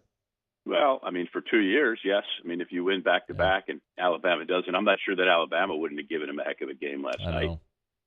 I really liked Nick Saban on that panel. He's very good. He was good. Yeah, he's very good TV. He's very good TV. And well, except for his first time in Baton Rouge. Okay. Yes, 20 years removed, Nick Saban maybe has become a little looser and certainly a little more accomplished, vastly more accomplished. But Saban is very good in that role on TV. I kind of wish he would leave and take that role. We forget though, Bama beat Georgia last year. I mean, they beat them in the SEC championship game, and of course they lost the rematch in the national championship game. But those who were so quick, to carve Bama's tombstone, I just always hesitate to it, man. It's just he's still Nick, still recruits the right level, and they were a blink away in the 2 games they lost this year from being right there. Oh, no doubt. And next year going in, who you going to have? Georgia, Alabama, 1-2. Yep. If you're doing a national poll, that's what everybody has, and that's the betting odds as well. Oh, well, okay. So there you go. I mean, I was just surmising that, but just for anybody who was wondering about the reference that we were laughing about was when Nick Saban came from Michigan State to LSU. The first long television appearance he did was on my show, Sports Monday, a live 1-hour show that I still refer to as the longest 2 hours of my life. Sports Monday, still running. Yeah. Well, okay, all right. I can't fight with you. I'm too tired already in the new year, Matt. For a change, you're the one who referenced Sports Monday and not me. That's it. It was Sports Monday. I still, believe it or not, even with the route, I enjoyed it. I liked watching Georgia play and just seemingly do what it wanted to do. I love their tight end, love their quarterback. I like the whole demeanor of their team. They played the game the right way. They played hard, and obviously a very good coaching staff, right? I don't like Stetson Bennett. You don't? No. I think he had the potential to be a great story, but he's a complete and total tool. It's like there's 25 quarterbacks in college football that could have led that Georgia team to a national championship. It had virtually nothing to do with him specifically. But as a 30-year-old man quarterbacking an NFL team playing college football, he acted like he was God's gift, and that I'm just not down with that. So I look forward to him being completely humbled at the next level when he probably goes undrafted and gets cut in training camp because he's about the size of my knee. But you have big knees. But he was good last night. He was very good, and he also didn't get touched. Like he's running for touchdowns where he literally was not touched. I mean, no, he is quick of foot. I'm fat and slow. I could have run for those touchdowns. Like he didn't get touched. Anyway, the one thing about all these teams that have won national championships from the SEC, the one common denominator that they all have, the great Alabama teams, these 2 Georgia teams, the LSU teams that won, is absolute mind-blowing team speed, but especially on defense. Sure.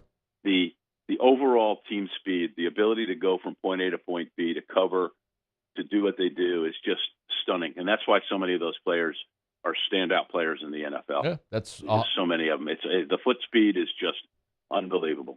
The defensive front seven, I think it's been said over and over again. I mean, that the speed in the front, everyone's got fast skill guys. The speed in the defensive front seven is what absolutely is why the SEC transcends every other league right now.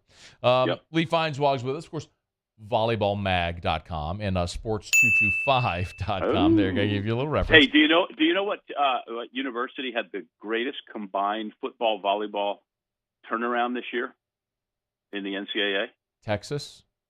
TCU. Okay, TCU. TCU is horrible. I didn't say that word, but That's TCU was horrible. Oh, you did actually. You did say it. Maybe I did. You said the combined turnaround with football and volleyball. Yep, had the biggest turnaround of any 2 combined programs in those 2 sports. Terrific. You count on me for something inane like that. Boy, do I have a beer that's righteous for you when you get to that. Just absolutely righteous. Looking forward to it, but I have 2 basketball things. Number 1, LSU plays Florida tonight. Are we confident that LSU could get back in the win column? Not confident. I think you're looking at 2 middle-of-the-pack teams that both desperately need a victory.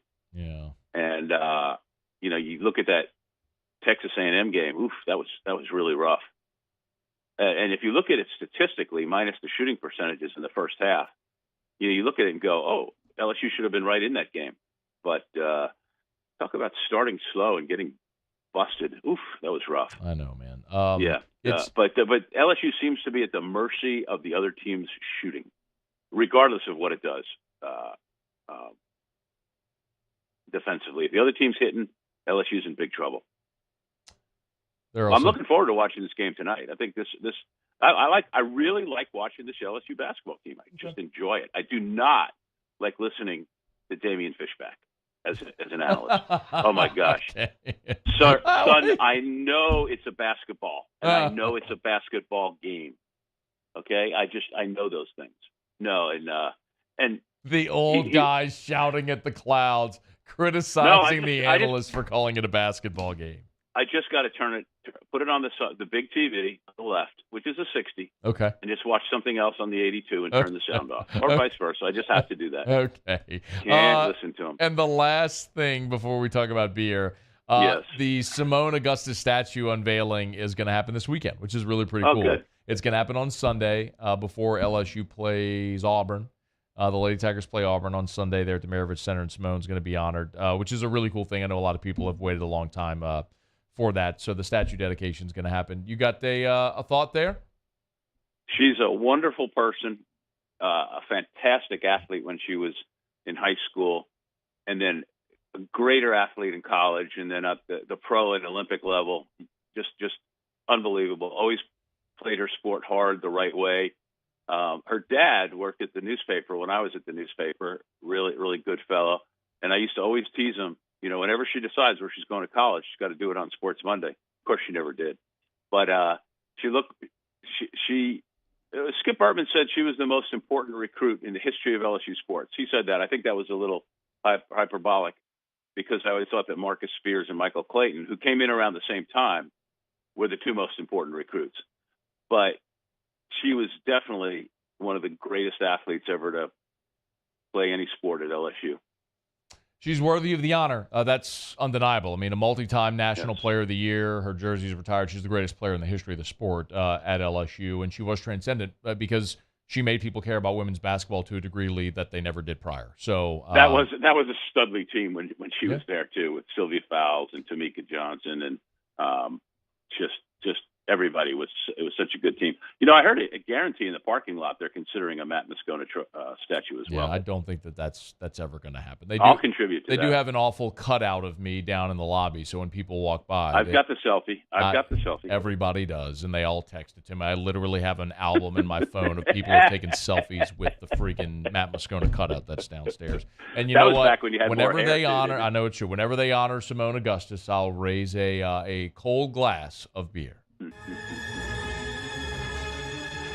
What is the malted liquor? What gets you drunker quicker? What comes in bottles or in cans? Beer. Can't get enough of it. Beer. How we really love it. Beer. Makes me think I'm a man. Beer. I could kiss and hug it, beer. But I'd rather chug it. Beer. Got my belly out to here. Beer. I could not refuse it. Beer. I could really use it. Beer. Beer. Beer. All right, take it away. Matt. All right. My guy Joey Oakland from Crescent brought me a few beers to try yesterday, and I got to tell you, the Guinness Open Gate Brewery and Barrel House, which is one of their breweries, and it's in Baltimore, has made... Now, Matt, do you drink Old Fashions? Of course. I know love you're Old Fashions. Okay. Had one at lunch yesterday, as a matter of fact. There you go. Well, this is an old-fashioned inspired ale, and it is righteous. Okay. Oh, my gosh. Now, it's not a warm weather beer, and it's not for the timid. But since we still have the cool nights, this is a pricey beer, too. So it's not for the timid. It's not for the cheap. 10.8% alcohol. Ooh. Just fine. Their notes is, we love a cocktail-inspired beer here at the OGB. This time around, we bring back an experiment we launched initially 2 years ago, a barrel-aged, old-fashioned inspired ale.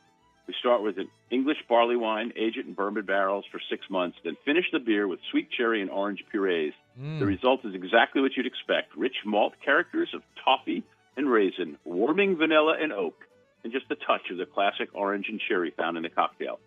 The very first sip of it, I go, this might be too sweet. And I was like, no, it's not. Because I'm not an old-fashioned guy. I mean, I don't dislike them, but this is fine. So if you get a chance, it's if the Harp Guinness family. It's called the Old Fashioned Inspired Ale. Like I said, 10.8% alcohol. So you're open for business when you're drinking this one. That'll get you. But all right. It is a fine, fine beer, and I feel good having passed that along to you and our fellow beer drinkers out there. We'll look forward to it. What you got on Sports Monday this week? Sports 225. Go to sports225.com for all the gory details. Thank you, Lee.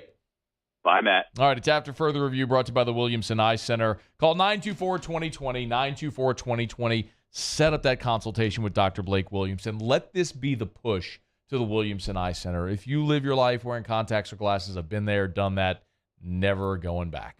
Williamson Eye Center had my LASIK done there a handful of years ago, still seeing better than 20/20, and it's life-changing. To wake up in the morning and to just see, to be able to drive at night and to be able to see, to be able to travel and not need to pack glasses or extra contacts or your contact case or solution or any of that, to just be able to see. Give yourself the gift of sight and let the Williamson Eye Center help. 924-2020. 924-2020. There is nobody better than Dr. Blake Williamson. I trusted him with my eyes, and you should do the same. 924-2020 or WilliamsonEye.com. That's WilliamsonEye.com. All right, Barstool Mincing in studio. Next. AFR.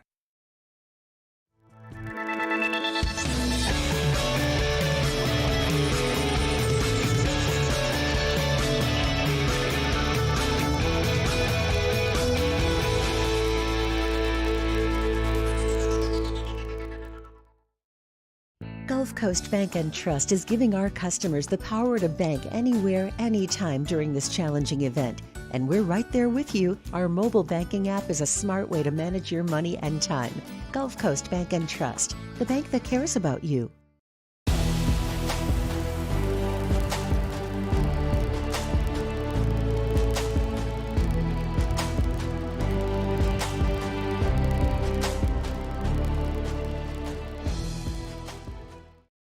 Three people walk into a bar.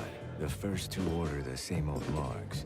The third, Nuevo Topo Chico Margarita Hard Seltzer. Crafted with real lime juice and a crisp tequila flavor. Topo Chico Margarita Hard Seltzer. I've been doing business with Luba for 25 years. They're dependable, trustworthy. It's just the attention to detail with our clients. Our folks have years and years of experience. They're highly trained professionals, but many companies have that asset. What I'd like to think makes Luba a bit different is that we use those talents in a way that truly is dedicated to serving the needs of the folks who depend on us. Time doesn't stop, and the world keeps spinning. Community, culture, and communications, the powerful circle that connects us together. We're creating the next evolution. A network built for every possibility, moving faster than ever before, streaming us forward into the future. And the revolution is closer than you think. RTC, ETEL, and Vision are now Rev. New name, same company. You ever heard the tale of the misunderstood bull? A menacing beast that was born to float. A force of nature. The embodiment of grace. Quite grand, yet quiet and nimble. The Infiniti QX80. Experience the Infiniti QX80 at your local Infiniti retailer.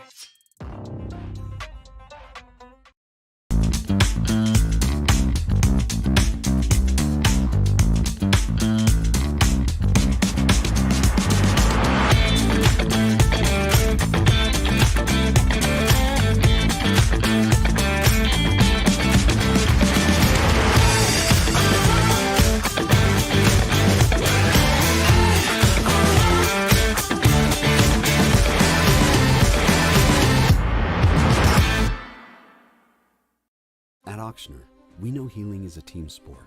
That's why we've partnered with world-renowned orthopedic surgeon Dr. James Andrews to create the Ochsner Andrews Orthopedics and Sports Medicine Institute.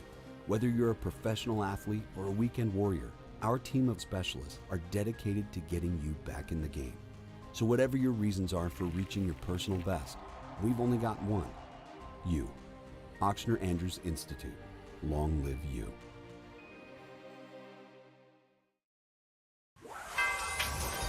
This winter, meet the heroes of performance.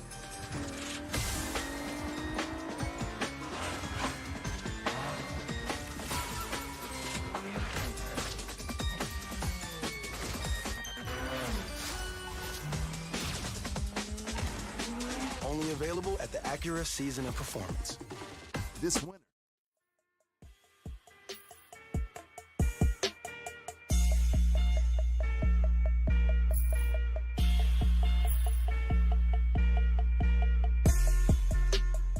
After further review with Matt Moscona, ESPN Baton Rouge, New Orleans, Alexandria. Mintzy's in studio. What's up, man? Doing good, man. Always great to be back in the Guarantee Studios. Love my relationships with 104.5, and great to see you and Musso and all the old fellas, man. You didn't mention Paul. I know Paul. I don't know him as well though. Okay. I've met him a few times. Fair enough. I've sat with Musso and his old man at LSU games and baseball games.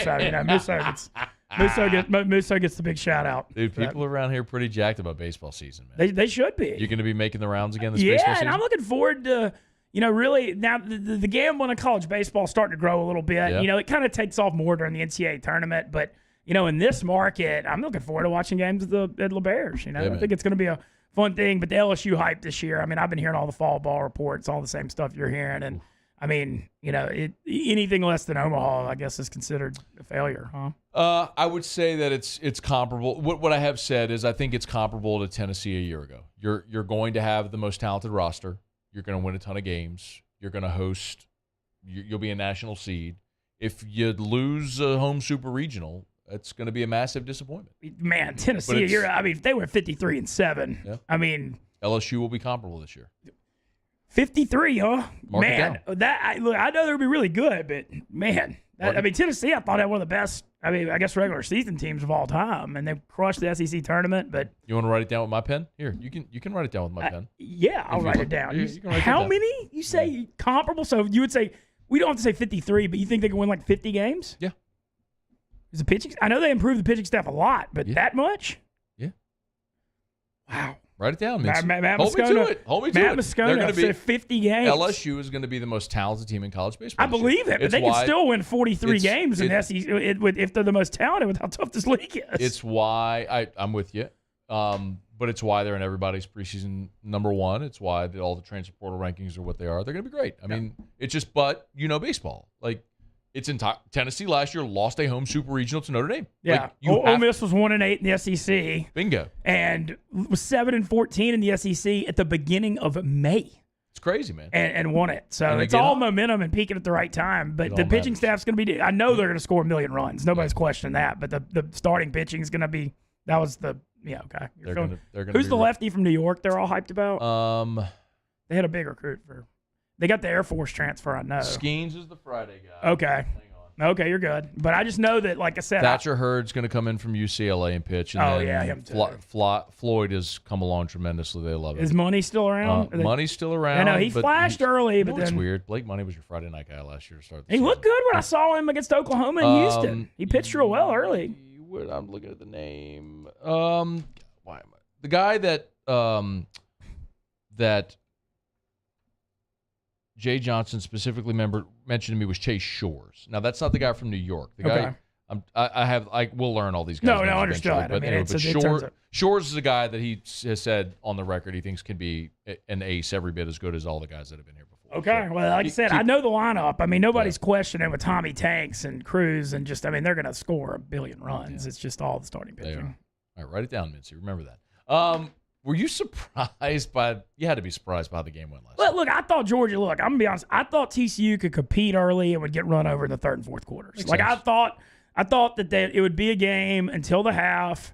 And also, I made the mistake of saying, I saw Georgia's secondary. I was at the SEC championship and LSU threw for all those yards. Granted, they were down big, so kind of garbage yards some. But I thought that TCU would be able to at least push the ball down the field a little bit, stay in the game. Now, I didn't think they could handle in the line of scrimmage in the third and fourth quarter.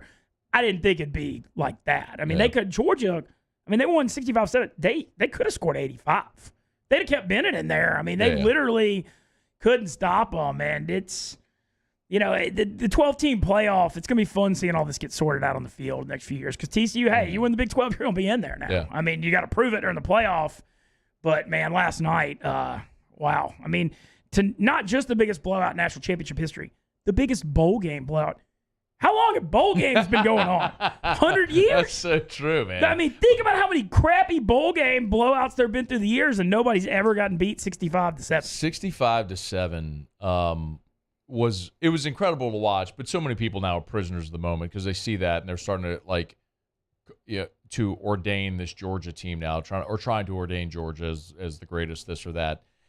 I'm like, 10 days ago, they were on the ropes against Ohio State. Oh, they were. And what Ryan Day, inexplicably, what was he doing with 20 seconds left when he ran the ball? Like settling for a 50-yarder? I mean, that's like the all-time just grab your throat. I still can't believe he did that. I know, man. Mincy's in studio on Twitter at Barstool Mincy. So you made the move, though, from New York. You're back in Louisiana. How's the transition going? Man, it's great. I still don't believe it. Like, I compared this New York thing.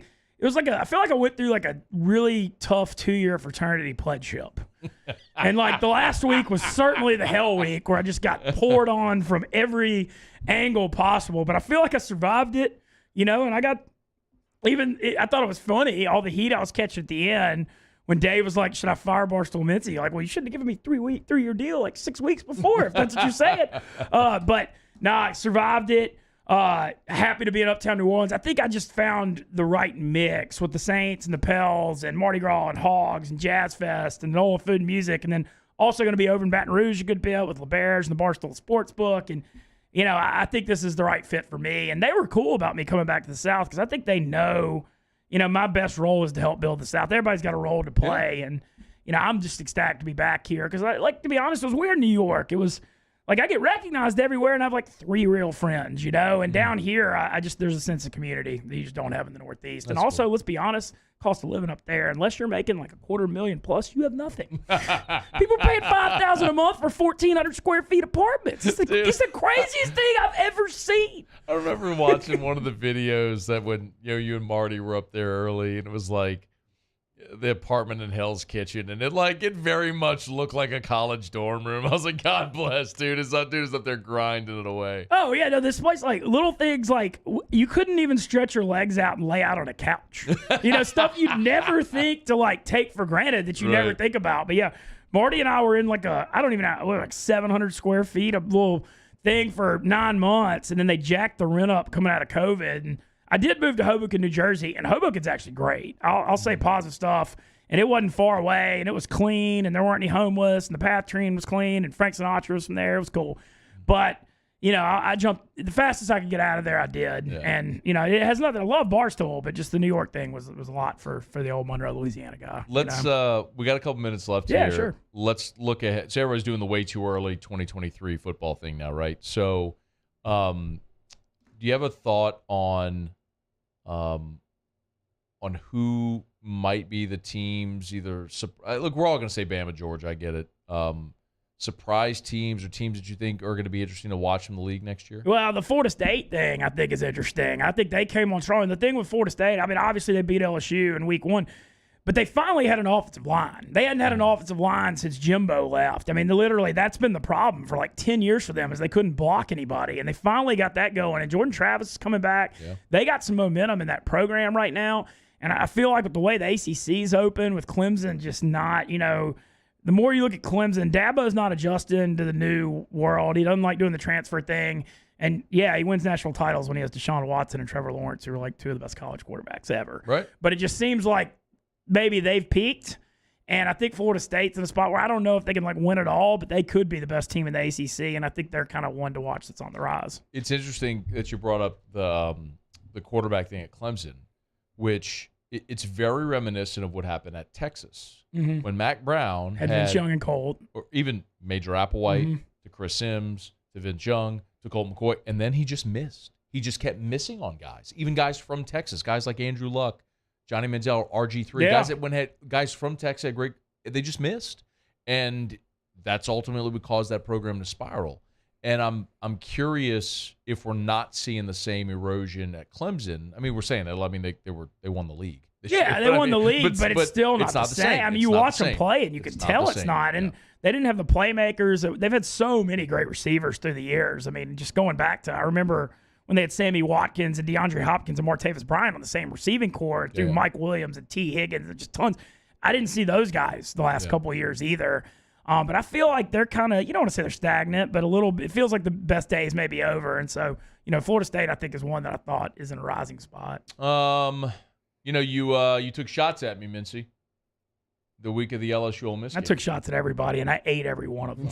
I mean, there's no getting around it. I mean, I just sat there, I took shots at everybody, and then I had people at Baton Rouge like, oh, Tiger Droppings got so mad at me. They were just, oh, man, it was a rough week. It was a tough week. There's no getting around it. And I sat there in the second half of that game, and, usually you come up with some kind of excuse or something, but there ain't nothing to say about what happened on that football field in that second half. I mean, it was just a bloodletting. I mean, the only positive I had was seeing LSU fans, like, kind of rush the field when they beat Ole Miss, which is not some. That was like, this is the highlight of this game.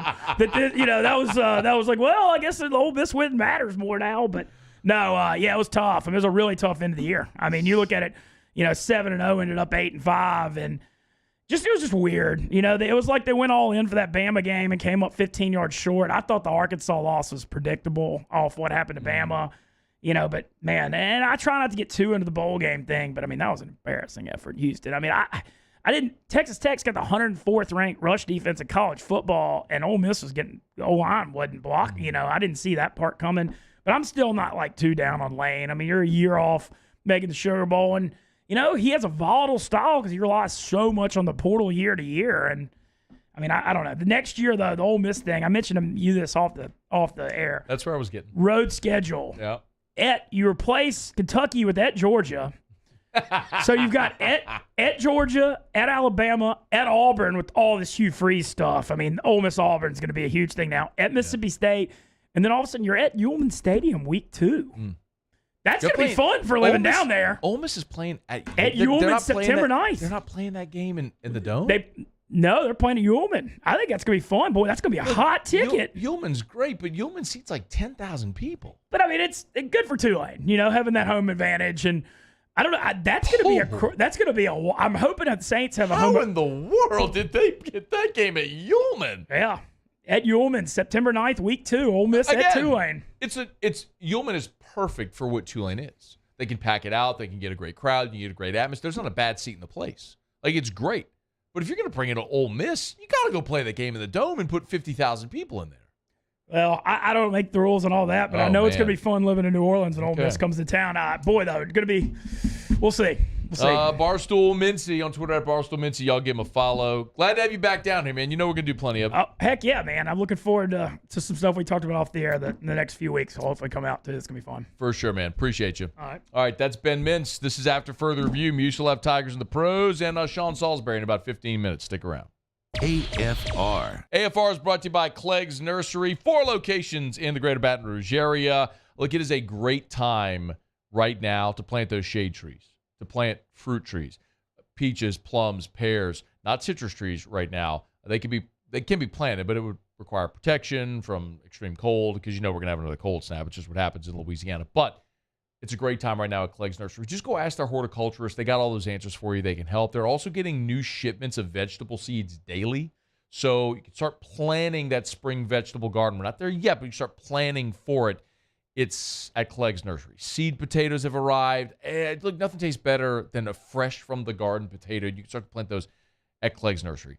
4 locations in the greater Baton Rouge area. Sieg near Airline, LA 16 in Denham, Mid-City on Donmore, the Garden Centers on Greenwell Springs as well. And the partner of True Value Hardware stores. So anything you'd find at a True Value Hardware store, you'll also find at Clegg's Nursery. Buy local, shop local, tell them Matt sent you. Clegg's Nursery. Service Master Elite create clean, disinfected work environments. As a local business, we take pride in serving the New Orleans and Baton Rouge areas. Our cleaning protocols follow CDC and OSHA standards for healthcare settings, offices, senior living, restaurants, and industrial plants. Contact Service Master Elite to get your operation ready for reopening with germ disinfection cleaning. Service Mastery Elite, the trusted choice in professional cleaning since 1996. I've been doing business with Luba for 25 years. They're dependable, trustworthy. It's just the attention to detail with our clients. Our folks have years and years of experience.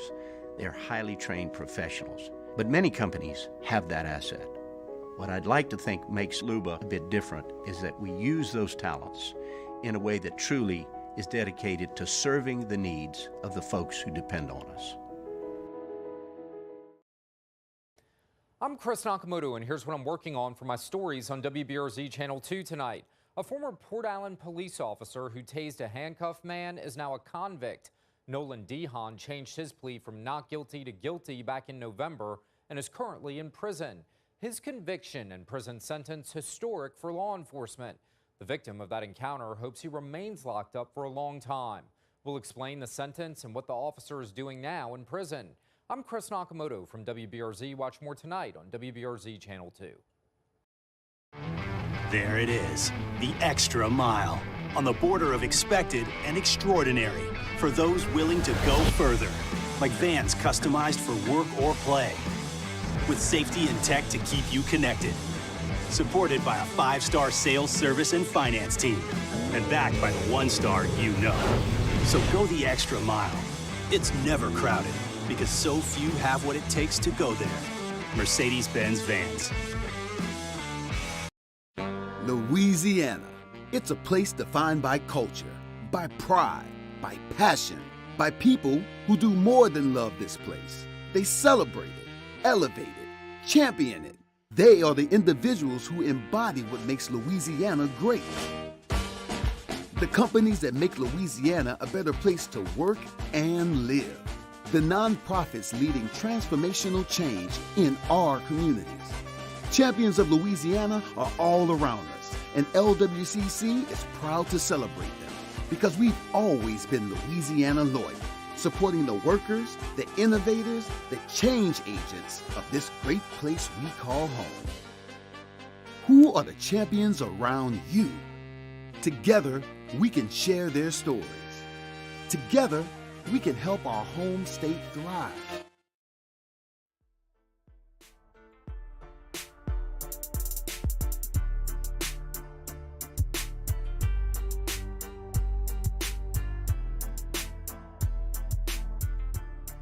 After further review with Matt Moscona, ESPN Baton Rouge, New Orleans, Alexandria.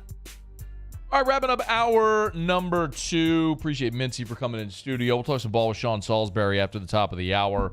His thoughts on the just abomination of a national championship game. And we'll preview the NFL playoffs with Sean coming up as well. Right now, though, Musso. Tigers in the pros.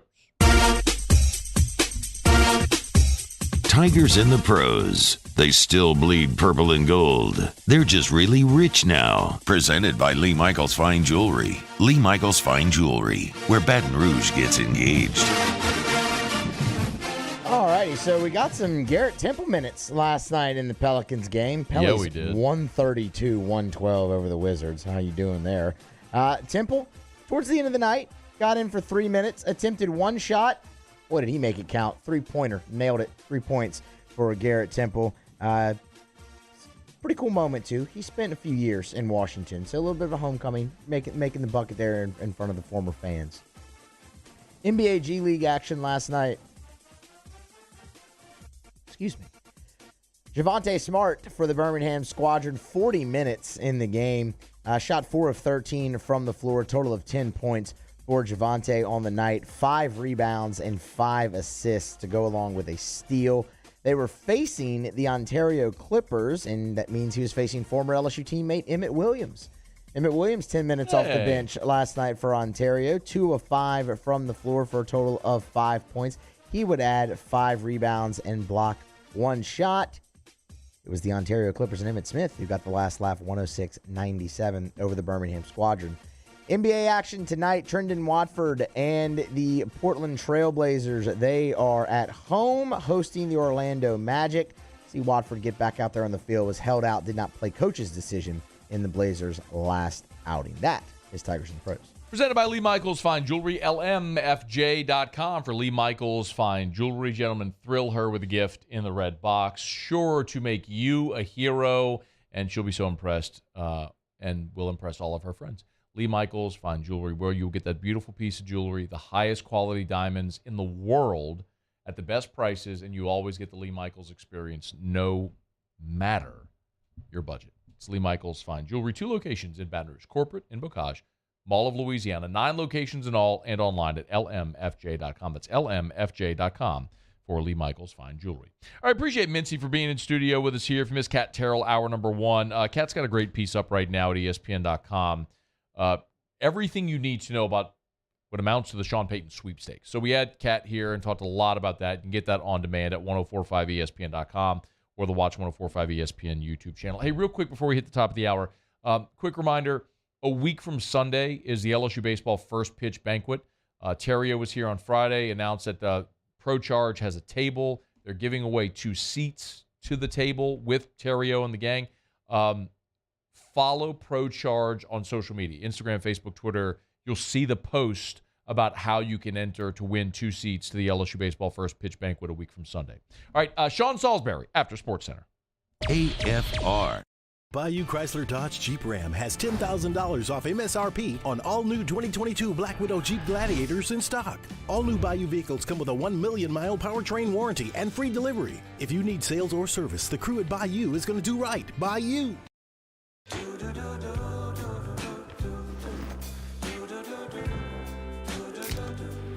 I've got that blue sky, I've got that sunshine. There it is, the extra mile, on the border of expected and extraordinary, for those willing to go further, like vans customized for work or play, with safety and tech to keep you connected, supported by a 5-star sales, service, and finance team, and backed by the 1-star you know. So go the extra mile. It's never crowded, because so few have what it takes to go there. Mercedes-Benz Vans. Eli's always been into grilling. It took us a while to see it, but the signs were there. What are you doing, Eli? I knew grilling was my thing. I have been talking about it throughout my career. Happy with the results? I am. Got the new grill from barbecueguys.com. It performed great. My advice, as I always told my boys, do more of what you're born to do. Barbecue Guys, for those who were born to grill. You want cheese on your burger, Pops? I'll take a little cheese. I've been doing business with Luba for 25 years. They're dependable, trustworthy. It's just the attention to detail with our clients. Our folks have years and years of experience. They're highly trained professionals, but many companies have that asset. What I'd like to think makes Luba a bit different is that we use those talents in a way that truly is dedicated to serving the needs of the folks who depend on us. This winter, meet the heroes of performance.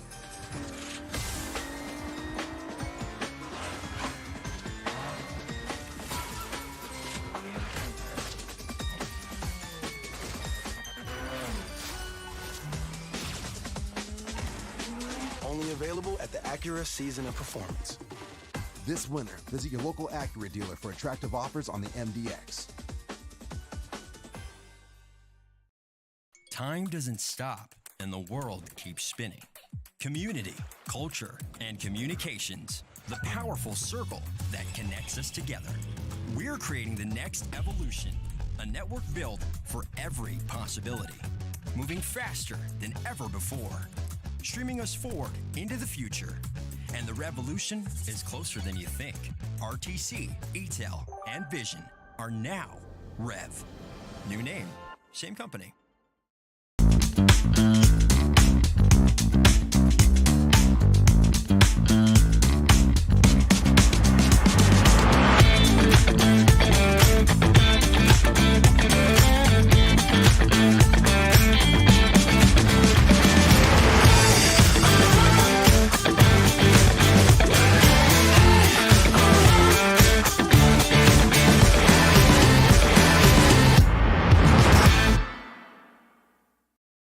You ever heard the tale of the misunderstood bull? A menacing beast who was born to float. A force of nature. The embodiment of grace. Quite grand, yet quiet and nimble. The Infiniti QX80. Experience the Infiniti QX80 at your local Infiniti retailer.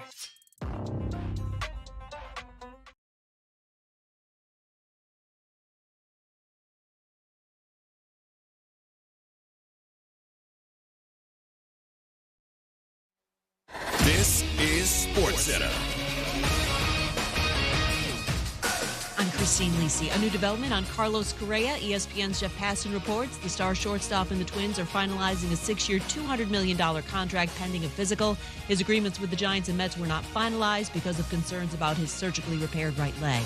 Here's GM Ryan Poles backing quarterback Justin Fields as their starter in 2023 and said he'd have to be absolutely blown away to take a QB with the #1 overall pick in April's draft. Staying with Fields is the right call for Chicago, believes ESPN's Herm Edwards. He checks enough boxes for me that I would be fine with him being the quarterback going forward. I think you can trade out of that first pick, get you some more picks, because when you think about this football team, they couldn't protect this guy. And he can run. They need offensive line help. You can go get you some receivers. Herman, Fitz, and Harry. On 105.3 The Fan today, Cowboys owner Jerry Jones says he has complete confidence in Coach Mike McCarthy and staff.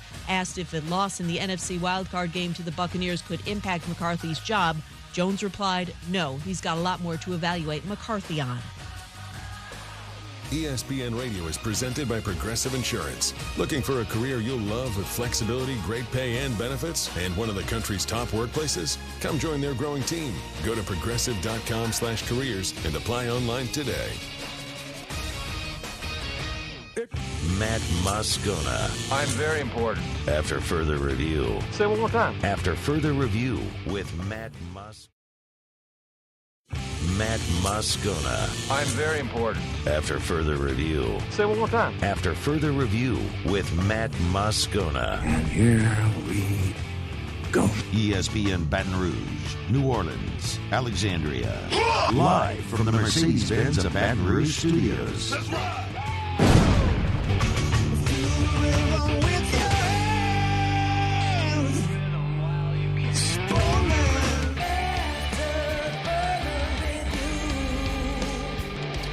Hour 3, off we go. Welcome aboard. Glad you're with us. AFR, I'm Matt. Love you, Matt. Paul O'Neill. They're chanting Paul O'Neill's name.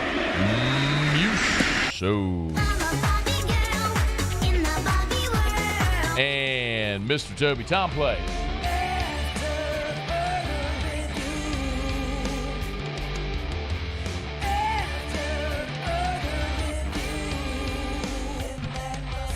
All right, we're here. Glad you are as well. 5 o'clock quitting time. Glad you're driving home with us, and always glad to be joined by Sean Salisbury. Ton to dive into here as we move into hour 3. Sean, thanks for the time as always, man. How are you? I'm doing good, man. Good to be with you. We appreciate it, man. Hey, let's start with last night. I want to get into the NFL playoffs, but, man, I don't know that anybody really saw 65-7 coming, Sean. If I asked you your biggest takeaway from the night or the season for Georgia, where would you start? I think they have the most. They may have the best play caller in the country that gets no credit. Okay. Honestly, I mean that I always think they. We talk about Georgia and we say physicality and 5-star recruits. But one thing you're watching, but it's like Kirby Smart and all these 5-star recruits and 8 defensive players starters are in the NFL from last year, and and Stetson Bennett, who we'll get to, I'm sure. But and they showed him a lot last night. I mean, with Todd Monken, but. I just think his ability to dissect defenses, and it's not pride or ego. He's got a young feel about him with the way he deploys people. But the old school, listen, if you're going to play 2 high safeties and I'll line up and I'll run it down your throat 30 times in a row. So I think that's one thing. 2 is, I'm not going to diminish and shrink what TCU did this year. There's so many ifs. Well, if Michigan gets the right call, yes, if Ohio State, has their healthy receiver. There's a lot of ifs. We can't shrink what TCU did this year. They had a great season. Both their defensive and offensive coordinators had great years, and Sonny Dykes did an amazing job. Now, they're going to realize how tough it is to get back. Georgia's not. Georgia's loaded. Their schedule's easy, and they'll curb stomp a bunch of teams. But they came in. I think what happened, I guess the thing that sticks out is after last week, Matty, the most for me, two things. One is I would imagine the practicing with Kirby Smart last week was miserable because when you get, even though they won, they were humiliated offensively. I mean, by the offense, by Ohio State's offense, on their defense. And so I would imagine on the practice field this week it was fierce and nasty. And you heard him going into the game last night, we're going to hunt, and they hunted, and they hunted, and they hunted. And they didn't just physically and finesse beat him. They beat him in every aspect of the game. To the point was it actually looked like that if this would have been a boxing match, they'd have called it in the middle of the second quarter. That's how beat down. They beat Tennessee Chattanooga is what it felt like last night. So I won't diminish TCU's season, but I also won't diminish just how legendary and what Georgia is building. And they were spectacular. And one last thing. Listen, we can talk about the measurables and how old he is. Stetson Bennett always plays his best games, 4 times the MVP in 4 playoff games. And I bet you I can name 15 starting NFL quarterbacks that wouldn't win the MVP in all 4 playoff games. I'll bet you. So regardless, he took care of his business. The rules say he can play, and he played. So some great stories. Georgia was dominant last night, and they sent a loud message for the rest of the world to hear. Do you see Bennett as a pro prospect? I would, if I was, from what I've seen a lot of his throws and his performance over the last 2 years because I've been intrigued with him. I train a kid here from Katy High School who almost looks like him, same stature, and Katy, as you know, Matt, he wins all the time. Yeah. And he's not getting a lot of runs. All he does is win, and I put him in. When people come out and watch him in a pair of shorts and a T-shirt, they're like, well, I didn't know the ball jumped out of his hand like that, or his movement, his mechanics are sound. And the reason I say that is the similarities, and they both win, that my guy's going to find, this is one of my guys, he's going to find a spot, and he's going to win somewhere. And with Bennett, the way I look at him, he's a guy that you're going to draft in the mid to late rounds. You're the measurable somebody's not going to like, or most of them aren't. Somebody's going to look at tape and say he wins. Now he's 25, so if you're a team that says, let me get a young backup who's a veteran backup because he's 25 with all this experience that he seems to, every time he's challenged, beats out 4 stars, beats out 5 stars, goes to JUCO, proves it, come back, gets a scholarship. I mean, all these things. So there's a character DNA thing there that I like as a quarterback teacher and a guy who mentors them.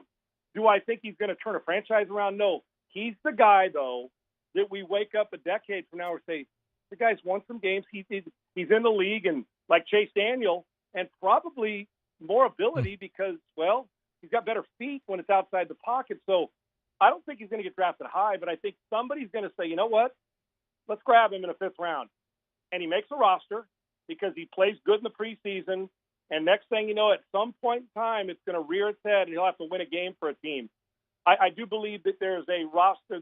He's going to get a chance to play Sundays, but you're not going to go into this draft saying, you know what? Look, he won 2 national titles with Georgia. Let's take him in the 2nd round. Hurts is a big guy. We took him in a 2nd round because he wins, and now and he's a pretty physical guy. I think Stetson Bennett can prove to people he can win. I think measurables are overrated at the quarterback position when it comes to the physical side. He's on Twitter at Sean Unfiltered. Sean Salisbury is with us. You kind of alluded to Georgia building something and they'll keep it rolling. Do you think that they had – this was something I know that David Pollack said and it got a lot of attention because he said it sitting right next to Nick, that Georgia is sort of taken over as college football's preeminent program. Are they lapping or outpacing the field right now? Can anybody catch them? I don't think they're lapping it. I think there's a handful that are in the conversation. Listen, until Kirby Smart and Georgia come at me with 6 of them or something – then it's like Kansas City, right? Well, Kansas City is the new New England Patriots. Well, come see me and Pat Mahomes when you got 7 of them and been to 10, then we can have the conversation. Now, I know it takes a while to get there. I get it. But, yeah, the conversation. So we're hyperbolic about a lot of this. We all of a sudden want to crown people the best ever. And you saw Nick's look. Now, I don't know if that was just Nick's scowl because that's Nick or if he's like, well, I get the feeling Nick got on a plane this morning after last night, flew to Alabama, and will be watching tape tonight. I get that feeling about him. So LSU's always going to get players. Brian Kelly's got a chance. The gap between Georgia and Alabama, Georgia and LSU, Georgia and a Southern Cal had defense. There's probably we can go in with 6 to 8 teams every year, and 6 of them are going to be hanging around in the top 10. There'll be the one who didn't live up to it, like A&M this year. But yeah, I don't lap the field. No, but are they the lead dog? Yeah, they're the one you're chasing now. But I'm not ready to crown them. It's over because now Bennett leaves. Are we assuming that the next guy could win like him? I mean, DNA and the ability to do that under pressure is a unique thing. And they're going to get players. Hell, we know that, but so is LSU. So is SC. So will Oklahoma. Texas gets players. A&M gets players. Alabama's going to get them. The question is, do you develop them like Kirby? That's why I think Nick and Kirby are ahead of the field in some. They get the guys and they keep 5 stars at 5 stars, and they become better. So, I think they're probably in front. But if somebody's going to tell me, there's a big chasm between the two, that Alabama, we could blink. Alabama, we could wake up next year and Alabama could be the national champs. I can tell you this, that Alabama and Georgia will be hanging around there. And with that schedule, I'll be shocked if Georgia's not in it. So, yeah, they're out in front, but all it takes is one more quarterback and a couple plays and a transfer portal, 2 or 3 players, and LSU's back in the national title. I mean, we didn't think anybody could do what LSU did offensively, and nobody has, but we've seen teams dominate games like LSU did through the course of a season. So I think it can be cyclical. There'll come a time when Kirby Smart's tempted to leave. There will be. Look what happened to Clemson. Matty. Yeah. Clemson, we dabble. I mean, he was the next Alabama, right? Yep. Trevor Lawrence. Lawrence leaves. DJ has a freshman is pretty good, and then all of a sudden now Klubnik's there, but there's a gap now.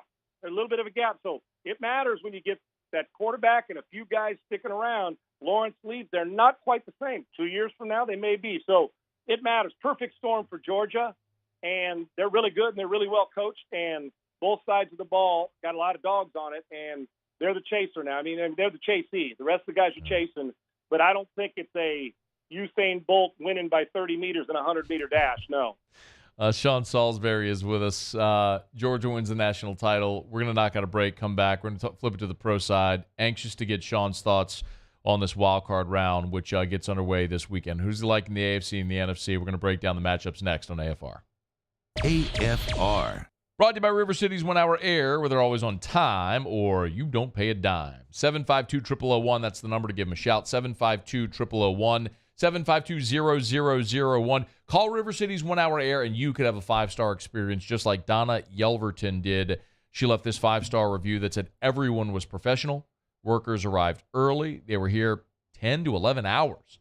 I'm grateful they got it done in a single day. The new system was operating, and the house was back to normal by the time they left. Another 5-star review at River City's 1 Hour Air, as they have more than double the amount of 5-star Google reviews of their next closest competitor because they've been doing it longer than anybody else in the industry in this market. It's River City's 1 Hour Air. Look for the big yellow vans and trucks with the giant clock on the side. You can't miss it. Remember, nights, holidays, weekends, they'll always come out and never charge you extra to come out after hours. It's at River City's 1 Hour Air. 752-0001 for River City's 1 Hour Air, where they're always on time or you don't pay a dime.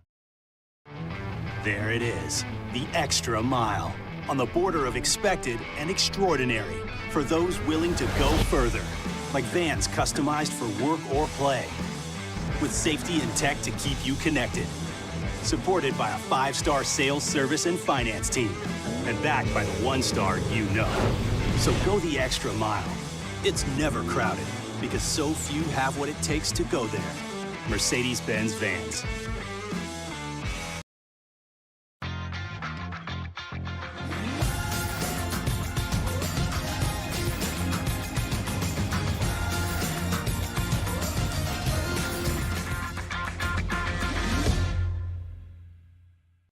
At Ochsner, we know healing is a team sport. That's why we've partnered with world-renowned orthopedic surgeon Dr. James Andrews to create the Ochsner Andrews Orthopedics and Sports Medicine Institute. Whether you're a professional athlete or a weekend warrior, our team of specialists are dedicated to getting you back in the game. So whatever your reasons are for reaching your personal best, we've only got one. you. Auctioneer Andrews Institute. Long live you.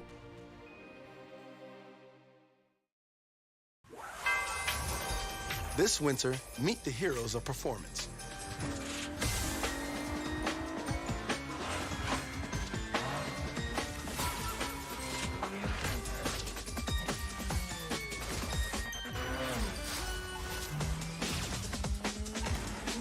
Only available at the Acura Season of Performance. This winter, visit your local Acura dealer for attractive offers on the Integra. ServiceMaster Elite create clean, disinfected work environments. As a local business, we take pride in serving the New Orleans and Baton Rouge areas. Our cleaning protocols follow CDC and OSHA standards for healthcare settings, offices, senior living, restaurants, and industrial plants. Contact ServiceMaster Elite to get your operation ready for reopening with germ disinfection cleaning. ServiceMaster Elite, the trusted choice in professional cleaning since 1996. I've been doing business with Luba for 25 years. They're dependable, trustworthy. It's just the attention to detail with our clients. Our folks have years and years of experience. They're highly trained professionals, but many companies have that asset. What I'd like to think makes Luba a bit different is that we use those talents in a way that truly is dedicated to serving the needs of the folks who depend on us.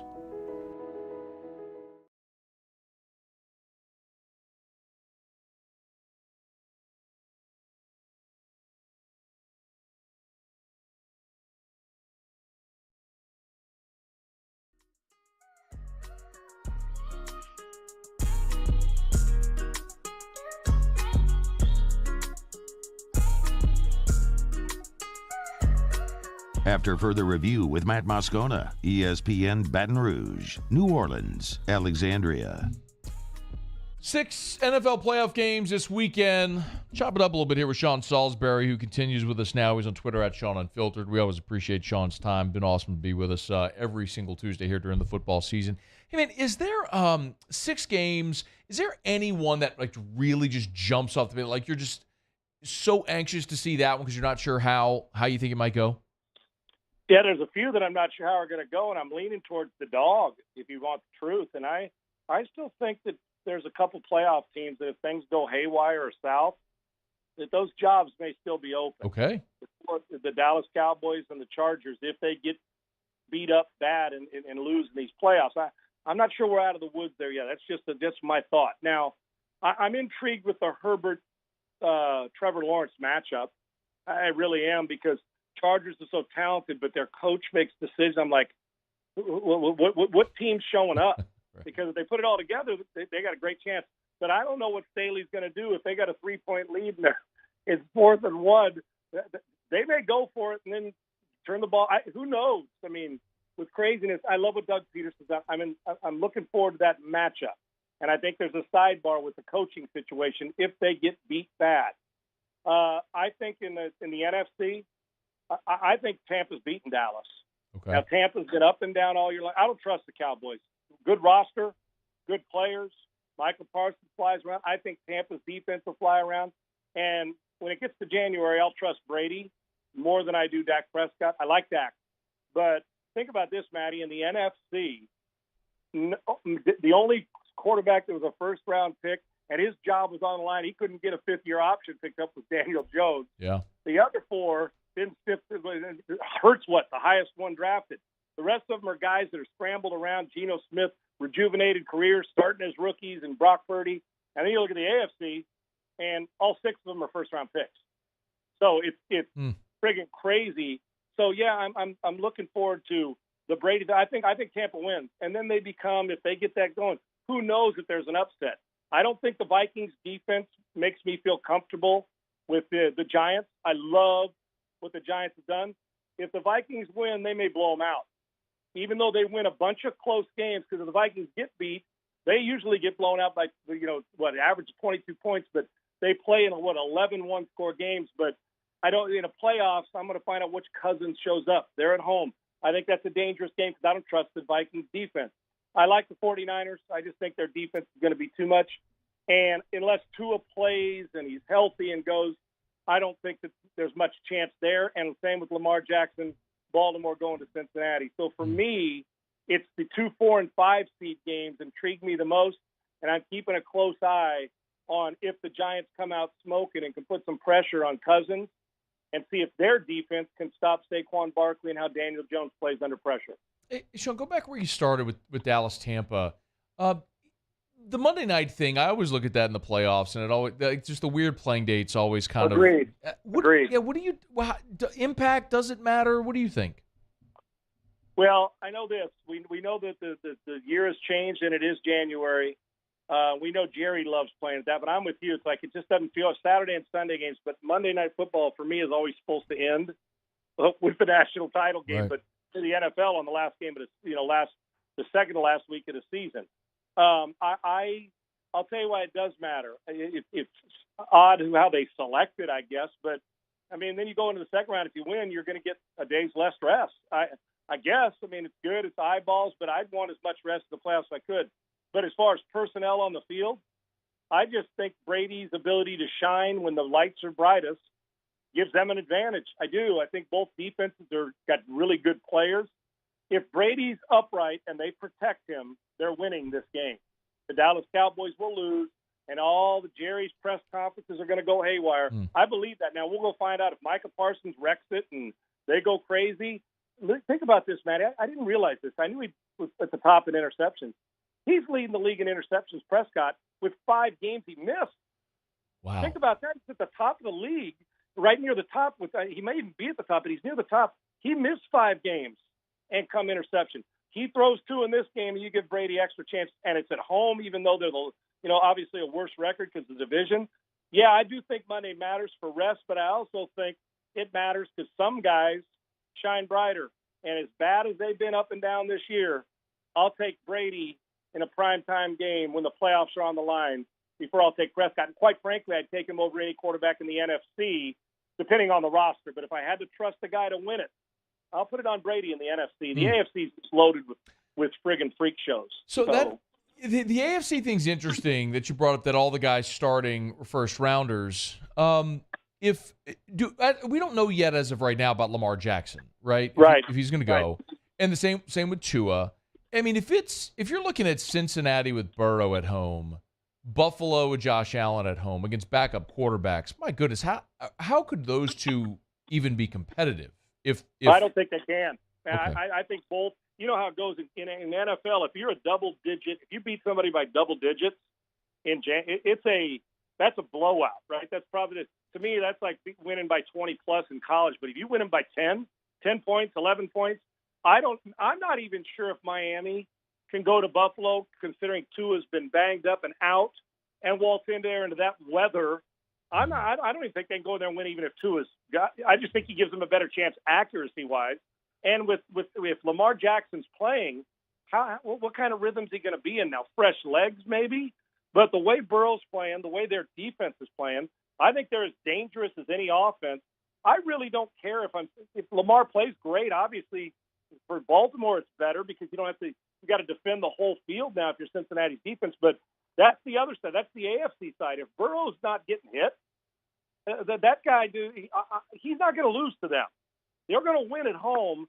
And if I had to bet everything right now, I'm not so sure I can pick against Burrow in these playoffs the way they're playing. Honest to God. Now, it comes down to the thing, how the line plays. But I love Cincinnati in this postseason. I do. And if they run into Kansas City, I'm picking Cincinnati. Okay. I don't care where they play them there. They run into Buffalo, whatever they got to do with playing. I just think that they are playing at a high level. They're well coached. I think I'd take the 49ers and them right now. If I got to see Purdy in the postseason, I think he looks like he's got a guy with guts. Could he match Joe throw for throw in the Super Bowl? Right now, I'm not sure anybody's better than Burrow, and Mahomes is doing some crazy things, but confidence-wise and just what he does from the pocket, I don't think Baltimore, honestly, even with John Harbaugh and well coached, I don't think Baltimore or Miami stand much of a chance, even with help, because think how long they're out. Philadelphia, on the other hand, did the wise thing this past week. They got hurt some work. Now with a bye week, at least we know he got some work, and it won't have been 5 or 6 weeks where he hasn't played or whatever it's been. Yeah, I like Josh Allen, and I like Joe Burrow. The playoffs are all about getting a few stops on defense, and you better have a ballsy play caller, and you better have a quarterback that dresses in a phone booth. And both Burrow and Josh Allen do that this weekend's playoffs. You're picking Cincinnati to come out of the AFC? Yeah, my preseason picks, I had Tampa, which it doesn't look real good now, but you know what? I know how 12 is, so I wouldn't take them for granted. I just don't know if they can hold up offensive line-wise against those teams. And I picked Buffalo to win the whole thing this year, and I think I feel confident about that. But right today, I'm not going to waffle on the picks. But if you're saying, Sean, you have to bet $10,000, and it has to go on one team in the AFC, I'll take Joe Cool. I will. What about NFC? I would take the 49ers because I think their defense is so suffocating. Am I concerned about Brock Purdy? Concerned's not the word. I get to a point where I know he's tough, but I want to make sure that he doesn't miss an easy throw on a third. We've seen Jimmy do that, right? Mm-hmm. I trust him, but until you know this, Matty, until we see them, the intensity, it's still right. We can talk about all the toughness we want. We've seen it in a guy like Stetson Bennett, and I think Purdy has it. But even with their great defense, you run into an offense that catches fire in one game, you can be eliminated. Geno's a good player. Cousins' offense is good. I don't think he can get any stops. So, Brady's Brady, and he already got beat by Brock Purdy once. And you know damn well if they run into it again, the score will be different. So I like the 49ers, and I like them with Purdy. I just got to see his moxie in the postseason. Even though if I was betting in the NFC, I'd take the Philadelphia Eagles because of the quarterback position and the dual threat. But if you're asking me, do I believe the 49ers can beat Philadelphia if they don't turn it over? I absolutely do. But Philadelphia and Cincinnati, to me, are the smart picks, the way that they play. But I love the 49ers defense, and I don't pick. It's hard for me to pick against Joe Burrow the way he's ripping the ball all over the place, and his confidence is through the roof. Man, I'm gonna make a note on the Niners for sure. We'll revisit. What do you think? Are you not as sold on the Niners because of the quarterback? Probably, yeah. But that's my only concern. And if San Francisco has to go across the country, I just when Philly was whole, they were the best team in the league, and so I'm just curious if Jalen is healthy, which he said he heard a lot yesterday, but give him another week, we'll see. If Philly's whole and they're at home. Boy, that would be a really tough ask for a rookie quarterback to go across the country. And I get a defense travels, right? But man, that would be a big ask. I don't know if they can put up 3 or 4 touchdowns on Philly across the country. If it was at home, different state. That's why that money, that betting money, my heart is going with the way they're playing. But of course, like I said, I'd pick Cincinnati and Philly if I had a redo right now. But I'll stick with Buffalo, and I don't think Tampa's going to get there. But the quarterback is so important. But we're going to find out a lot about Brock Purdy, even more than we already know. I feel pretty good about the AFC, even though Mahomes and Allen are in it. I still think Joe Burrow's team's pretty good, man. I really do. Sean Salisbury, you're the best, man. We appreciate you all season long jumping aboard with us. These NFL playoffs should be an awful lot of fun, man. It all gets cranked up this weekend. Enjoy it. We appreciate you so much, man. I appreciate it, man, and I'm not betting $10,000 on any of them. Good to know. Thanks, Sean. We'll see you. Thanks. I appreciate it. All right, that's Sean Salisbury. This is After Further Review. If you would like to bet, we would highly encourage you to do so at the DraftKings Sportsbook. Download the DraftKings Sportsbook app, and be sure to use the promo code Baton Rouge. The NFL playoffs are here, y'all. The NFL playoffs are here. I'm fired up for it, man. If you're going to be playing and betting on these games, make sure you do so at the DraftKings Sportsbook app. Download the DraftKings Sportsbook app. You got the wild card games this weekend, Saturday, Sunday, and Monday. You can bet on all the action at the DraftKings Sportsbook. Of course, it's not just the NFL. You get the NBA in full swing. You've got college basketball rolling along right now. You got the NHL, live in-game betting for any sport all over the friggin' world, man. Anything you want to bet on, you can do so at the DraftKings Sportsbook. So download the DraftKings Sportsbook app. Be sure to use the promo code Baton Rouge when you do over at the DraftKings Sportsbook. And I'll remind you right now, new customers bet $5 and you get 200 in free bets instantly on the NFL playoffs. But just $5 on the NFL playoffs, get 200 in free bets instantly. That's for new customers of the DraftKings Sportsbook app when you use the promo code Baton Rouge. 21 and older, physically present in Louisiana. Select parishes only. Bonus issued as free bets. One free bet issued based on amount of initial losing NFL bet up to $10. Eligibility, wagering, and deposit restrictions apply. Terms at sportsbook.draftkings.com/football terms. Licensing partner Gold Nugget Lake Charles. Gambling problem? Call 1-800-GAMBLER. 1-800-426-2537. How much did Mattress Mack lose? Was it 3.1? Is that what I saw? Oh, I didn't think it was that high. I thought it was 1.5. Hey, all right. I thought it was 3.1. Okay. I didn't think he went all that in on it, did he? Well, I mean, he makes his I get it. Yeah. $3 million on TCU. Oh, okay. Wow. He makes his bets. For those that don't know, like you're going to see these enormous numbers for Mattress Mack, but like here's this is in Front Office Sports. He's lost $9.2 million betting against Georgia the last 2 national championship games. He had over $6 million on Bama last year, and he had $3 million on TCU last night. So maybe. Don't doubt Georgia, Mattress Mack. What are you doing? Well, it was him. That's who it was, Matt. What he's doing? He's the one that. He's the one. It was Mattress Mack. Had him 7-5. There's a great video. Who posted this video? Oh, this is good. Rico Pimentel. I don't know who this is, but Mattress Mack is watching. He's there at a sports book. This has to be at a sports book. I don't know where he is, but he's at a sports book and he's rocking his TCU hat, his TCU shirt. The Frogs win. I think it says Frogs win, you win. I guess is his promotion. So like Mattress Mack's not a dummy. He's a brilliant businessman who has built this promotion at his gallery furniture stores where he essentially, it's a hedge. It's all for promotion for his businesses.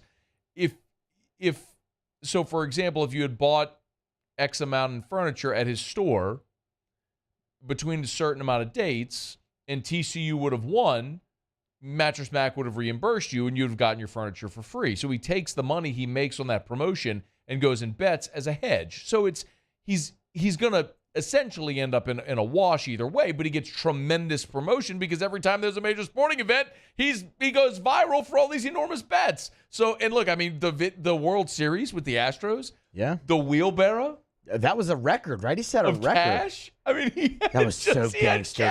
God, that was so gangster. And he's just loading like saran wrap cash onto a plane. I mean, that is out of a music video. Like that scene was out of a music video. He's so good, man. He's so good. So it's like, look, if you're Mattress Mack, would you prefer to win the bet?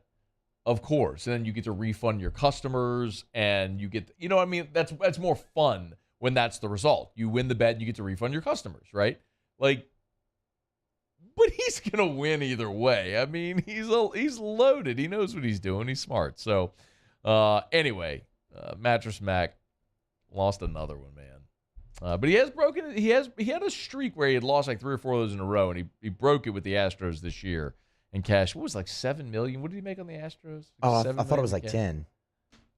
Let's see. Mattress. It was a record, right? It was like the largest sum. I think it was like $7 million at one book. It might have been more than that. Let's total. see.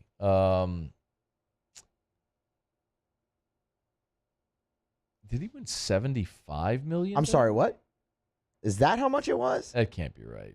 It's a typo. No. Right? He won $75 million on the Astros. Okay. Yeah, I don't really think he cares at all about reimbursing customers or anything after last night. He just won $75 million. That can't be right. Saran wrap cash in a wheelbarrow. So good. Man, oh man. That $75 million can't be right. Huh? I mean, if you see it reported that much, man, I mean, it is, right? I mean, it sounds like a record. It's on several. I'm looking at Twitter. This just can't be right. You can't put anything on the internet that's not true. So, I mean, it could not have been 75. There's several links on Twitter that are saying you won 75 on the Astros. But anyway, all right, we're gonna knock out a quick break. We'll come back. What do we have coming up? LSU Hoops is taking on Florida tonight. Well, that's starting in 27 minutes. We'll give you a thumbnail on that game tonight, and some contract shuffling with the Saints on the defensive line. We'll explain when we come back. Stay here. It's AFR. AFR. Man, if you want to save some money, you could go bet on TCU or whatever's next. Go to New Orleans Flooring.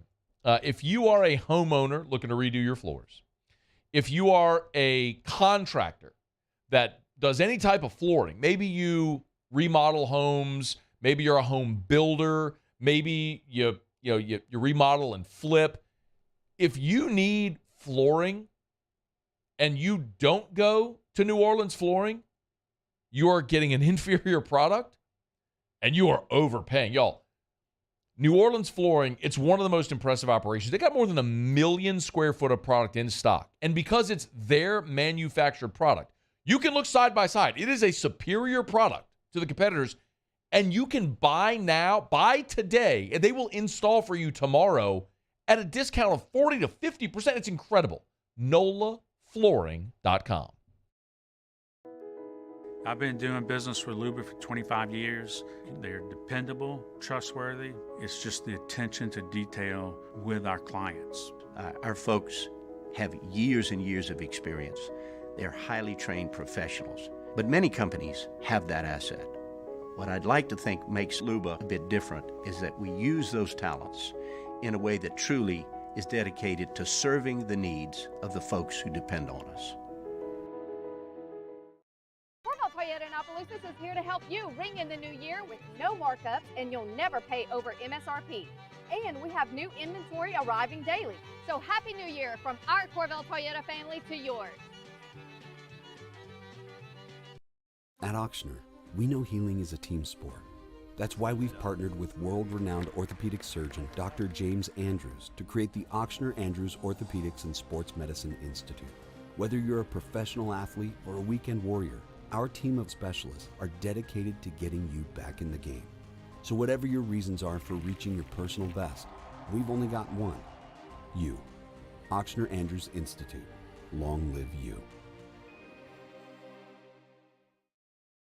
Louisiana. It's a place defined by culture, by pride, by passion, by people who do more than love this place. They celebrate it, elevate it, champion it. They are the individuals who embody what makes Louisiana great. The companies that make Louisiana a better place to work and live. The nonprofits leading transformational change in our communities. Champions of Louisiana are all around us, and LWCC is proud to celebrate them because we've always been Louisiana loyal, supporting the workers, the innovators, the change agents of this great place we call home. Who are the champions around you? Together, we can share their stories. Together, we can help our home state thrive. Together, we are Louisiana loyal. Always.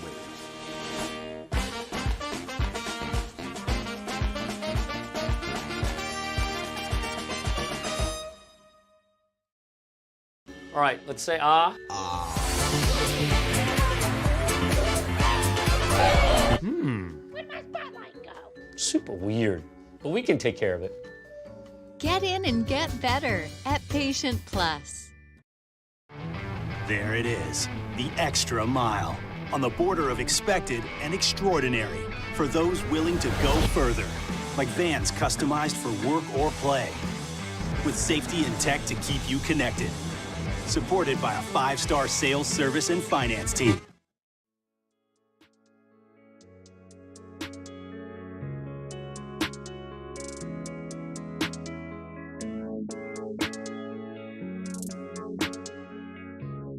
After further review with Matt Moscona, ESPN Baton Rouge, New Orleans, Alexandria.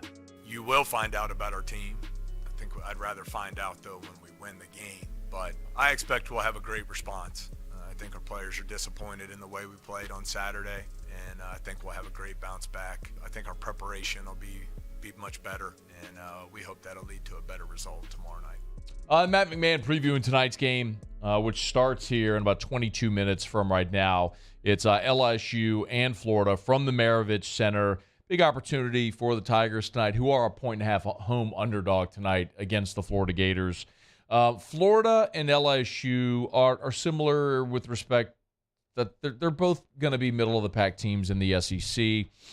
Florida doesn't really have a bad loss. They did lose to FAU earlier this year, but by and large, Florida has played a little bit of a tougher schedule than LSU has, which is why the record for the Gators doesn't necessarily pop at this point in the season. But look, Colin Castleton and KJ Williams really is the matchup in this ball game, which would be sort of interesting to watch. And Matt McMahon knows it. Look, I mean, he talked about KJ Williams, who is leading LSU in everything right now, the reigning Ohio Valley Player of the Year, who transferred in from Murray State with Matt McMahon, and he's a guy that just has to get going for LSU to get going. What I think obviously is very important for us, his ability to score not only in the post but on the perimeter. Credit to A&M. I thought they did a really nice job with their double teams and some of their coverages to limit his inside touches. So we have to do a better job of identifying some of those passing angles. I was in retrospect and studying the film, we had some opportunities where there were some switches, and instead of taking advantage of that inside, we took some tough shots on the perimeter against the big on the switch. So I think we have to continue to learn there. But the other area where KJ's very good is he's a willing passer, and so he needs to touch the basketball, enable not only him to have scoring opportunities, but when we did play through him on Saturday, it opened up shots for other players as well. And KJ's averaging 18 and 7. I mean, he's LSU's best player, and you really shudder to think what this team would be offensively without him, because he is that good at not only getting his shot and finishing around the rim, but he can step out and shoot a three as well, which stretches the defense. But same for Colin Castleton from Florida, of course, their forward who returned. He's averaging 14 and 7 right now as well. He's fantastic, and that's going to be the matchup to watch. Here was Matt McMahon on Colin Castleton. He's one of the top front court players in all of college basketball, one of the best two-way players, regardless of position, as far as his ability to impact the game, both offensively and defensively. So I think they've done a nice job with him and stretching his game. Not only is he effective down in the post, but they play through him in the elbows, and he's done a nice job in some of their dribble handoff action. So you have to be prepared to guard all of that. And then the area where he makes a huge impact on the game clearly is his ability to impact the rim. Defensively, he does a great job protecting there and making it difficult on you to score. The other thing tonight to watch is something we've talked about a lot here, but is going to continue to be really a storyline for this team all year. KJ Williams is going to play well and get his, and they require him to do a lot. Even in the loss to A&M, he had 10 and 8. But Adam Miller is such a key for this team. He has got to shoot. They don't have great shooting on this team. He's the guy that they were counting on to be that a year ago. You all know the story. Tore his ACL. At times this year has been pretty good, but at the start of conference play, and really at the end of the non-conference schedule and the start of conference play, he'd been very bad. Objectively, if you look at, let me pull it up real quick to run through this. But if you look at Adam Miller's game log, this was his three-point shooting. So against Wofford, he was 6 of 9. But after that, against UT Arlington, he was 2 of 7, 1 of 6 against Wake, 0 of 8 against North Carolina Central, 2 for 10 against Winthrop, 0 for 5 against East Tennessee State, 1 for 3 against Arkansas. He was terrible. And then he hit 5 threes against Kentucky. It was 5 of 13, so he didn't shoot a great clip. It was 38%, but still better than where he'd been. And we talked about it last week, that even though they lost that game, just him seeing the ball go in the basket was going to help his psyche. Well, Saturday against Texas A&M, he was your leading scorer with 16 points. He was 5 of 8 from 3 at 62%. Now, I don't expect Adam Miller to be a 60% three-point shooter this year. But there is some reason to believe. Saw the ball go in the basket, and he replicated another good performance. They're going to need it again tonight. Matt McMahon did talk a little bit about Adam Miller finding a shot.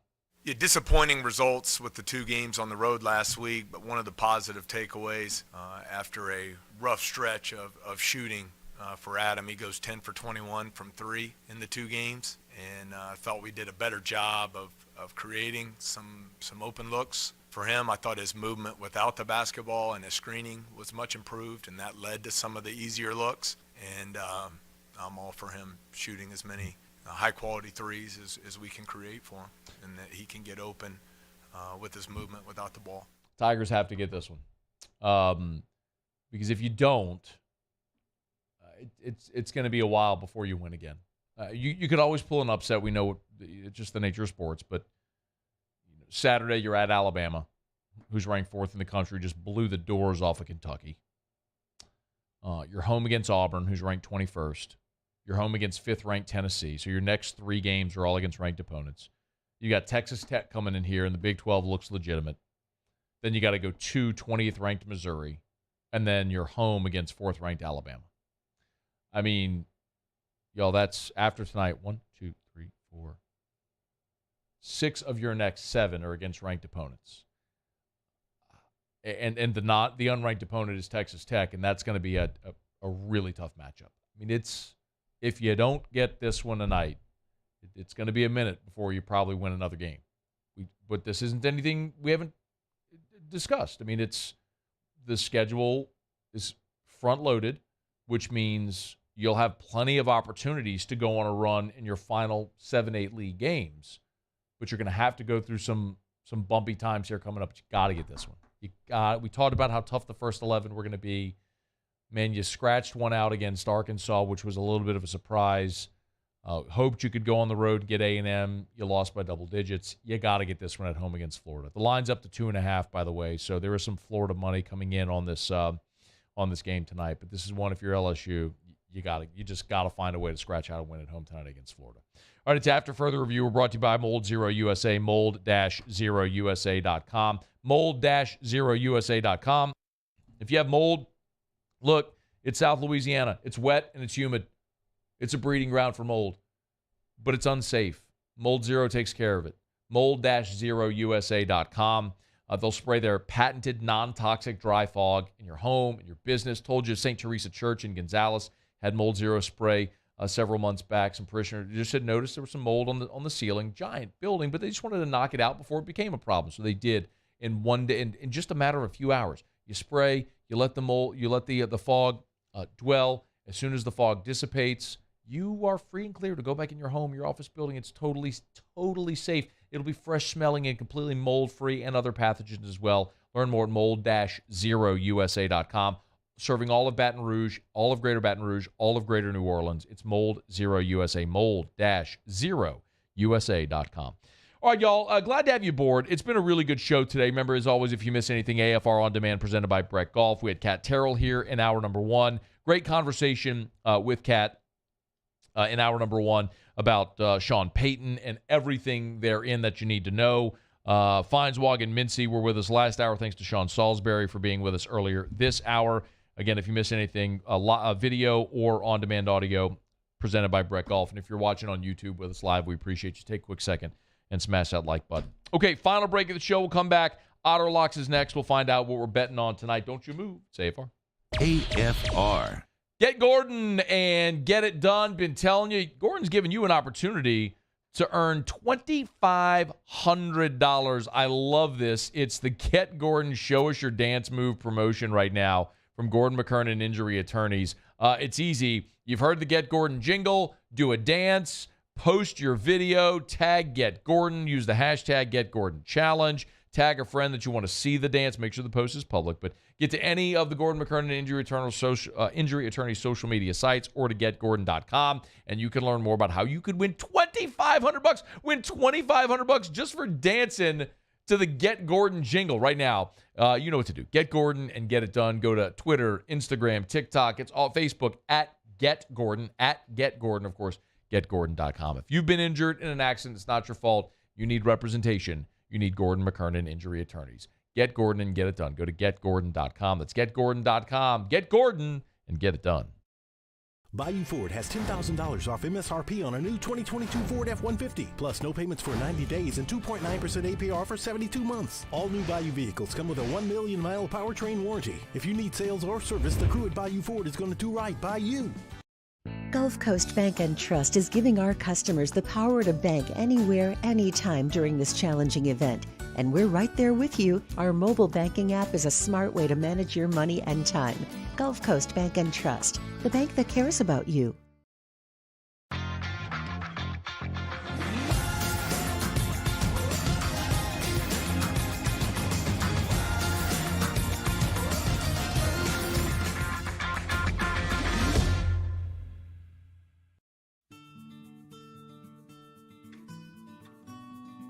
This is a house call. This is a follow-up appointment. This is a diabetes checkup. This isn't just more convenient care, it's more advanced care. This is innovating healthcare at Louisiana's #1 hospital, Ochsner. This winter, meet the heroes of performance.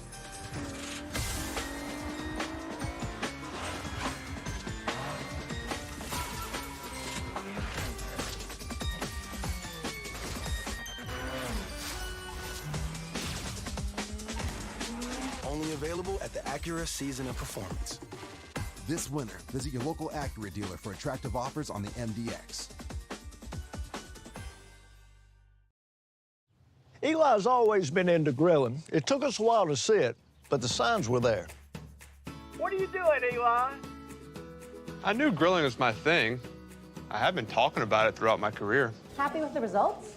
I am. Got the new grill from barbecueguys.com. It performed great. My advice, as I always told my boys, do more of what you're born to do. Barbecue Guys, for those who were born to grill. You want cheese on your burger, Pops? I'll take a little cheese. I've been doing business with Luba for 25 years. They're dependable, trustworthy. It's just the attention to detail with our clients. Our folks have years and years of experience. They're highly trained professionals, but many companies have that asset. What I'd like to think makes Luba a bit different is that we use those talents in a way that truly is dedicated to serving the needs of the folks who depend on us. Bayou Chrysler Dodge Jeep Ram has $10,000 off MSRP on all new 2022 Black Widow Jeep Gladiators in stock. All new Bayou vehicles come with a 1 million mile powertrain.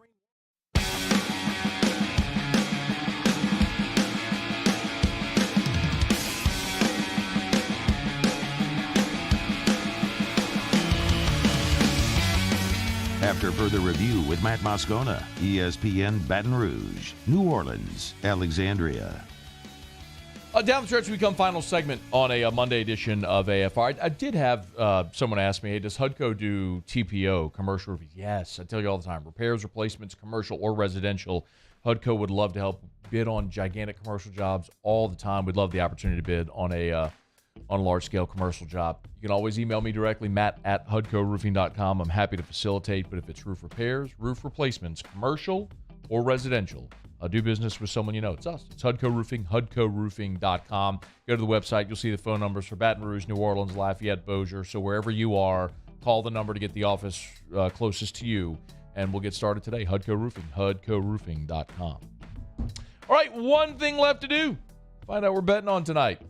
Time for Otter Locks. Otter Locks, presented by Lofton Staffing Services. At Lofton, we put people to work. Call us today at 924-0200 or go to lofton.jobs. So we turn to the one and only, the incomparable and often incomprehensible, the Ott Father himself, Jimmy Ott. Otter, how are you? Doing good. Better than TCU. Ooh. Man, might have been better off not showing up. That was... Or maybe they should have shown up, actually. But no worries. We got two basketball college hoops games tonight. All right, love it. One in the ACC, Virginia Cavaliers. Both of these tip off at 8 o'clock, so you have time. Okay. Virginia is hosting North Carolina. They're the North Carolina last year's runner-up. One time was number 1 in the country, and they have struggled. They have not been as good as everybody thought they were. Virginia certainly wasn't, number 2 in the country, but they could be a top 10 team. They're at home. They're the better team. They're laying 4.5, buy it to 4. Going with the Wahoos at Charlottesville at home. All right. Okay. Love it. We'll buy it to 4 and take UVA there. What's the second one? Remember Freddie Hoiberg? Of course. Okay. He had a horrible team last year. He's got one of the most improved teams in the country in Nebraska this year. They went to Omaha and beat Creighton outright. They've got a decent club. And you know what they also have? They have the best Japanese shooting guard in the country. Yes, I won't try and pronounce his name. I'll leave that for you. I'll leave that for Hanny, who called green onion shallots. Oh, my goodness. Huskers getting 3.5, so still, not on the radar here. So plus 3.5, buy it to 4. So we want to buy both the halves to 4. -4 and +4. They're at home against Illinois. Illinois, big dip from what they were last year. I like Nebraska to win a game outright. Go. You think Nebraska wins the game? Okay. Go. Otter, explain again, because we got about 30 seconds. Explain again the why you buy the half a point. Well, it's always on the half to a whole number because, well, you're trying to avoid 11 out of 10, that juice loss instead of winning outright. In college basketball, half a point, such a low number, 5 or less. I mean, it's just that much more valuable. It's not like the NBA; they fall very close to those numbers a lot. So you got to hit 1 out of 21 to be even money. And it certainly gets more than that. Got it. All right, Virginia laying the 4, Nebraska getting 4. Those are the Otter locks tonight. Where are you tonight, Otter? Dozy Place, right down the street. Just down the street from us. Thank you, Otter. We appreciate it. Have a great show. Thank you, Matt. All right, Game Time with Jimmy Ott follows us in Baton Rouge. If you're not in Baton Rouge, online at 1045ESPN.com or the Game Time with Jimmy Ott Facebook page. Just about going to do it for us, Muse. Paulie, we appreciate you. Have an awesome night. We'll see you tomorrow at 3 for a Hump Day edition of AFR. AFR. I've been doing business with Luba for 25 years. They're dependable, trustworthy. It's just the attention to detail with our clients. Our folks have years and years of experience. They're highly trained professionals. But many companies have that asset. What I'd like to think makes Luba a bit different is that we use those talents in a way that truly is dedicated to serving the needs of the folks who depend on us. There it is, the extra mile, on the border of expected and extraordinary, for those willing to go further, like vans customized for work or play, with safety and tech to keep you connected, supported by a 5-star sales, service, and finance team, and backed by the 1-star you know. So go the extra mile. It's never crowded, because so few have what it takes to go there. Mercedes-Benz Vans. Time doesn't stop, and the world keeps spinning. Community, culture, and communications, the powerful circle that connects us together. We're creating the next evolution, a network built for every possibility, moving faster than ever before, streaming us forward into the future. And the revolution is closer than you think. RTC, ETEL, and Vision are now Rev.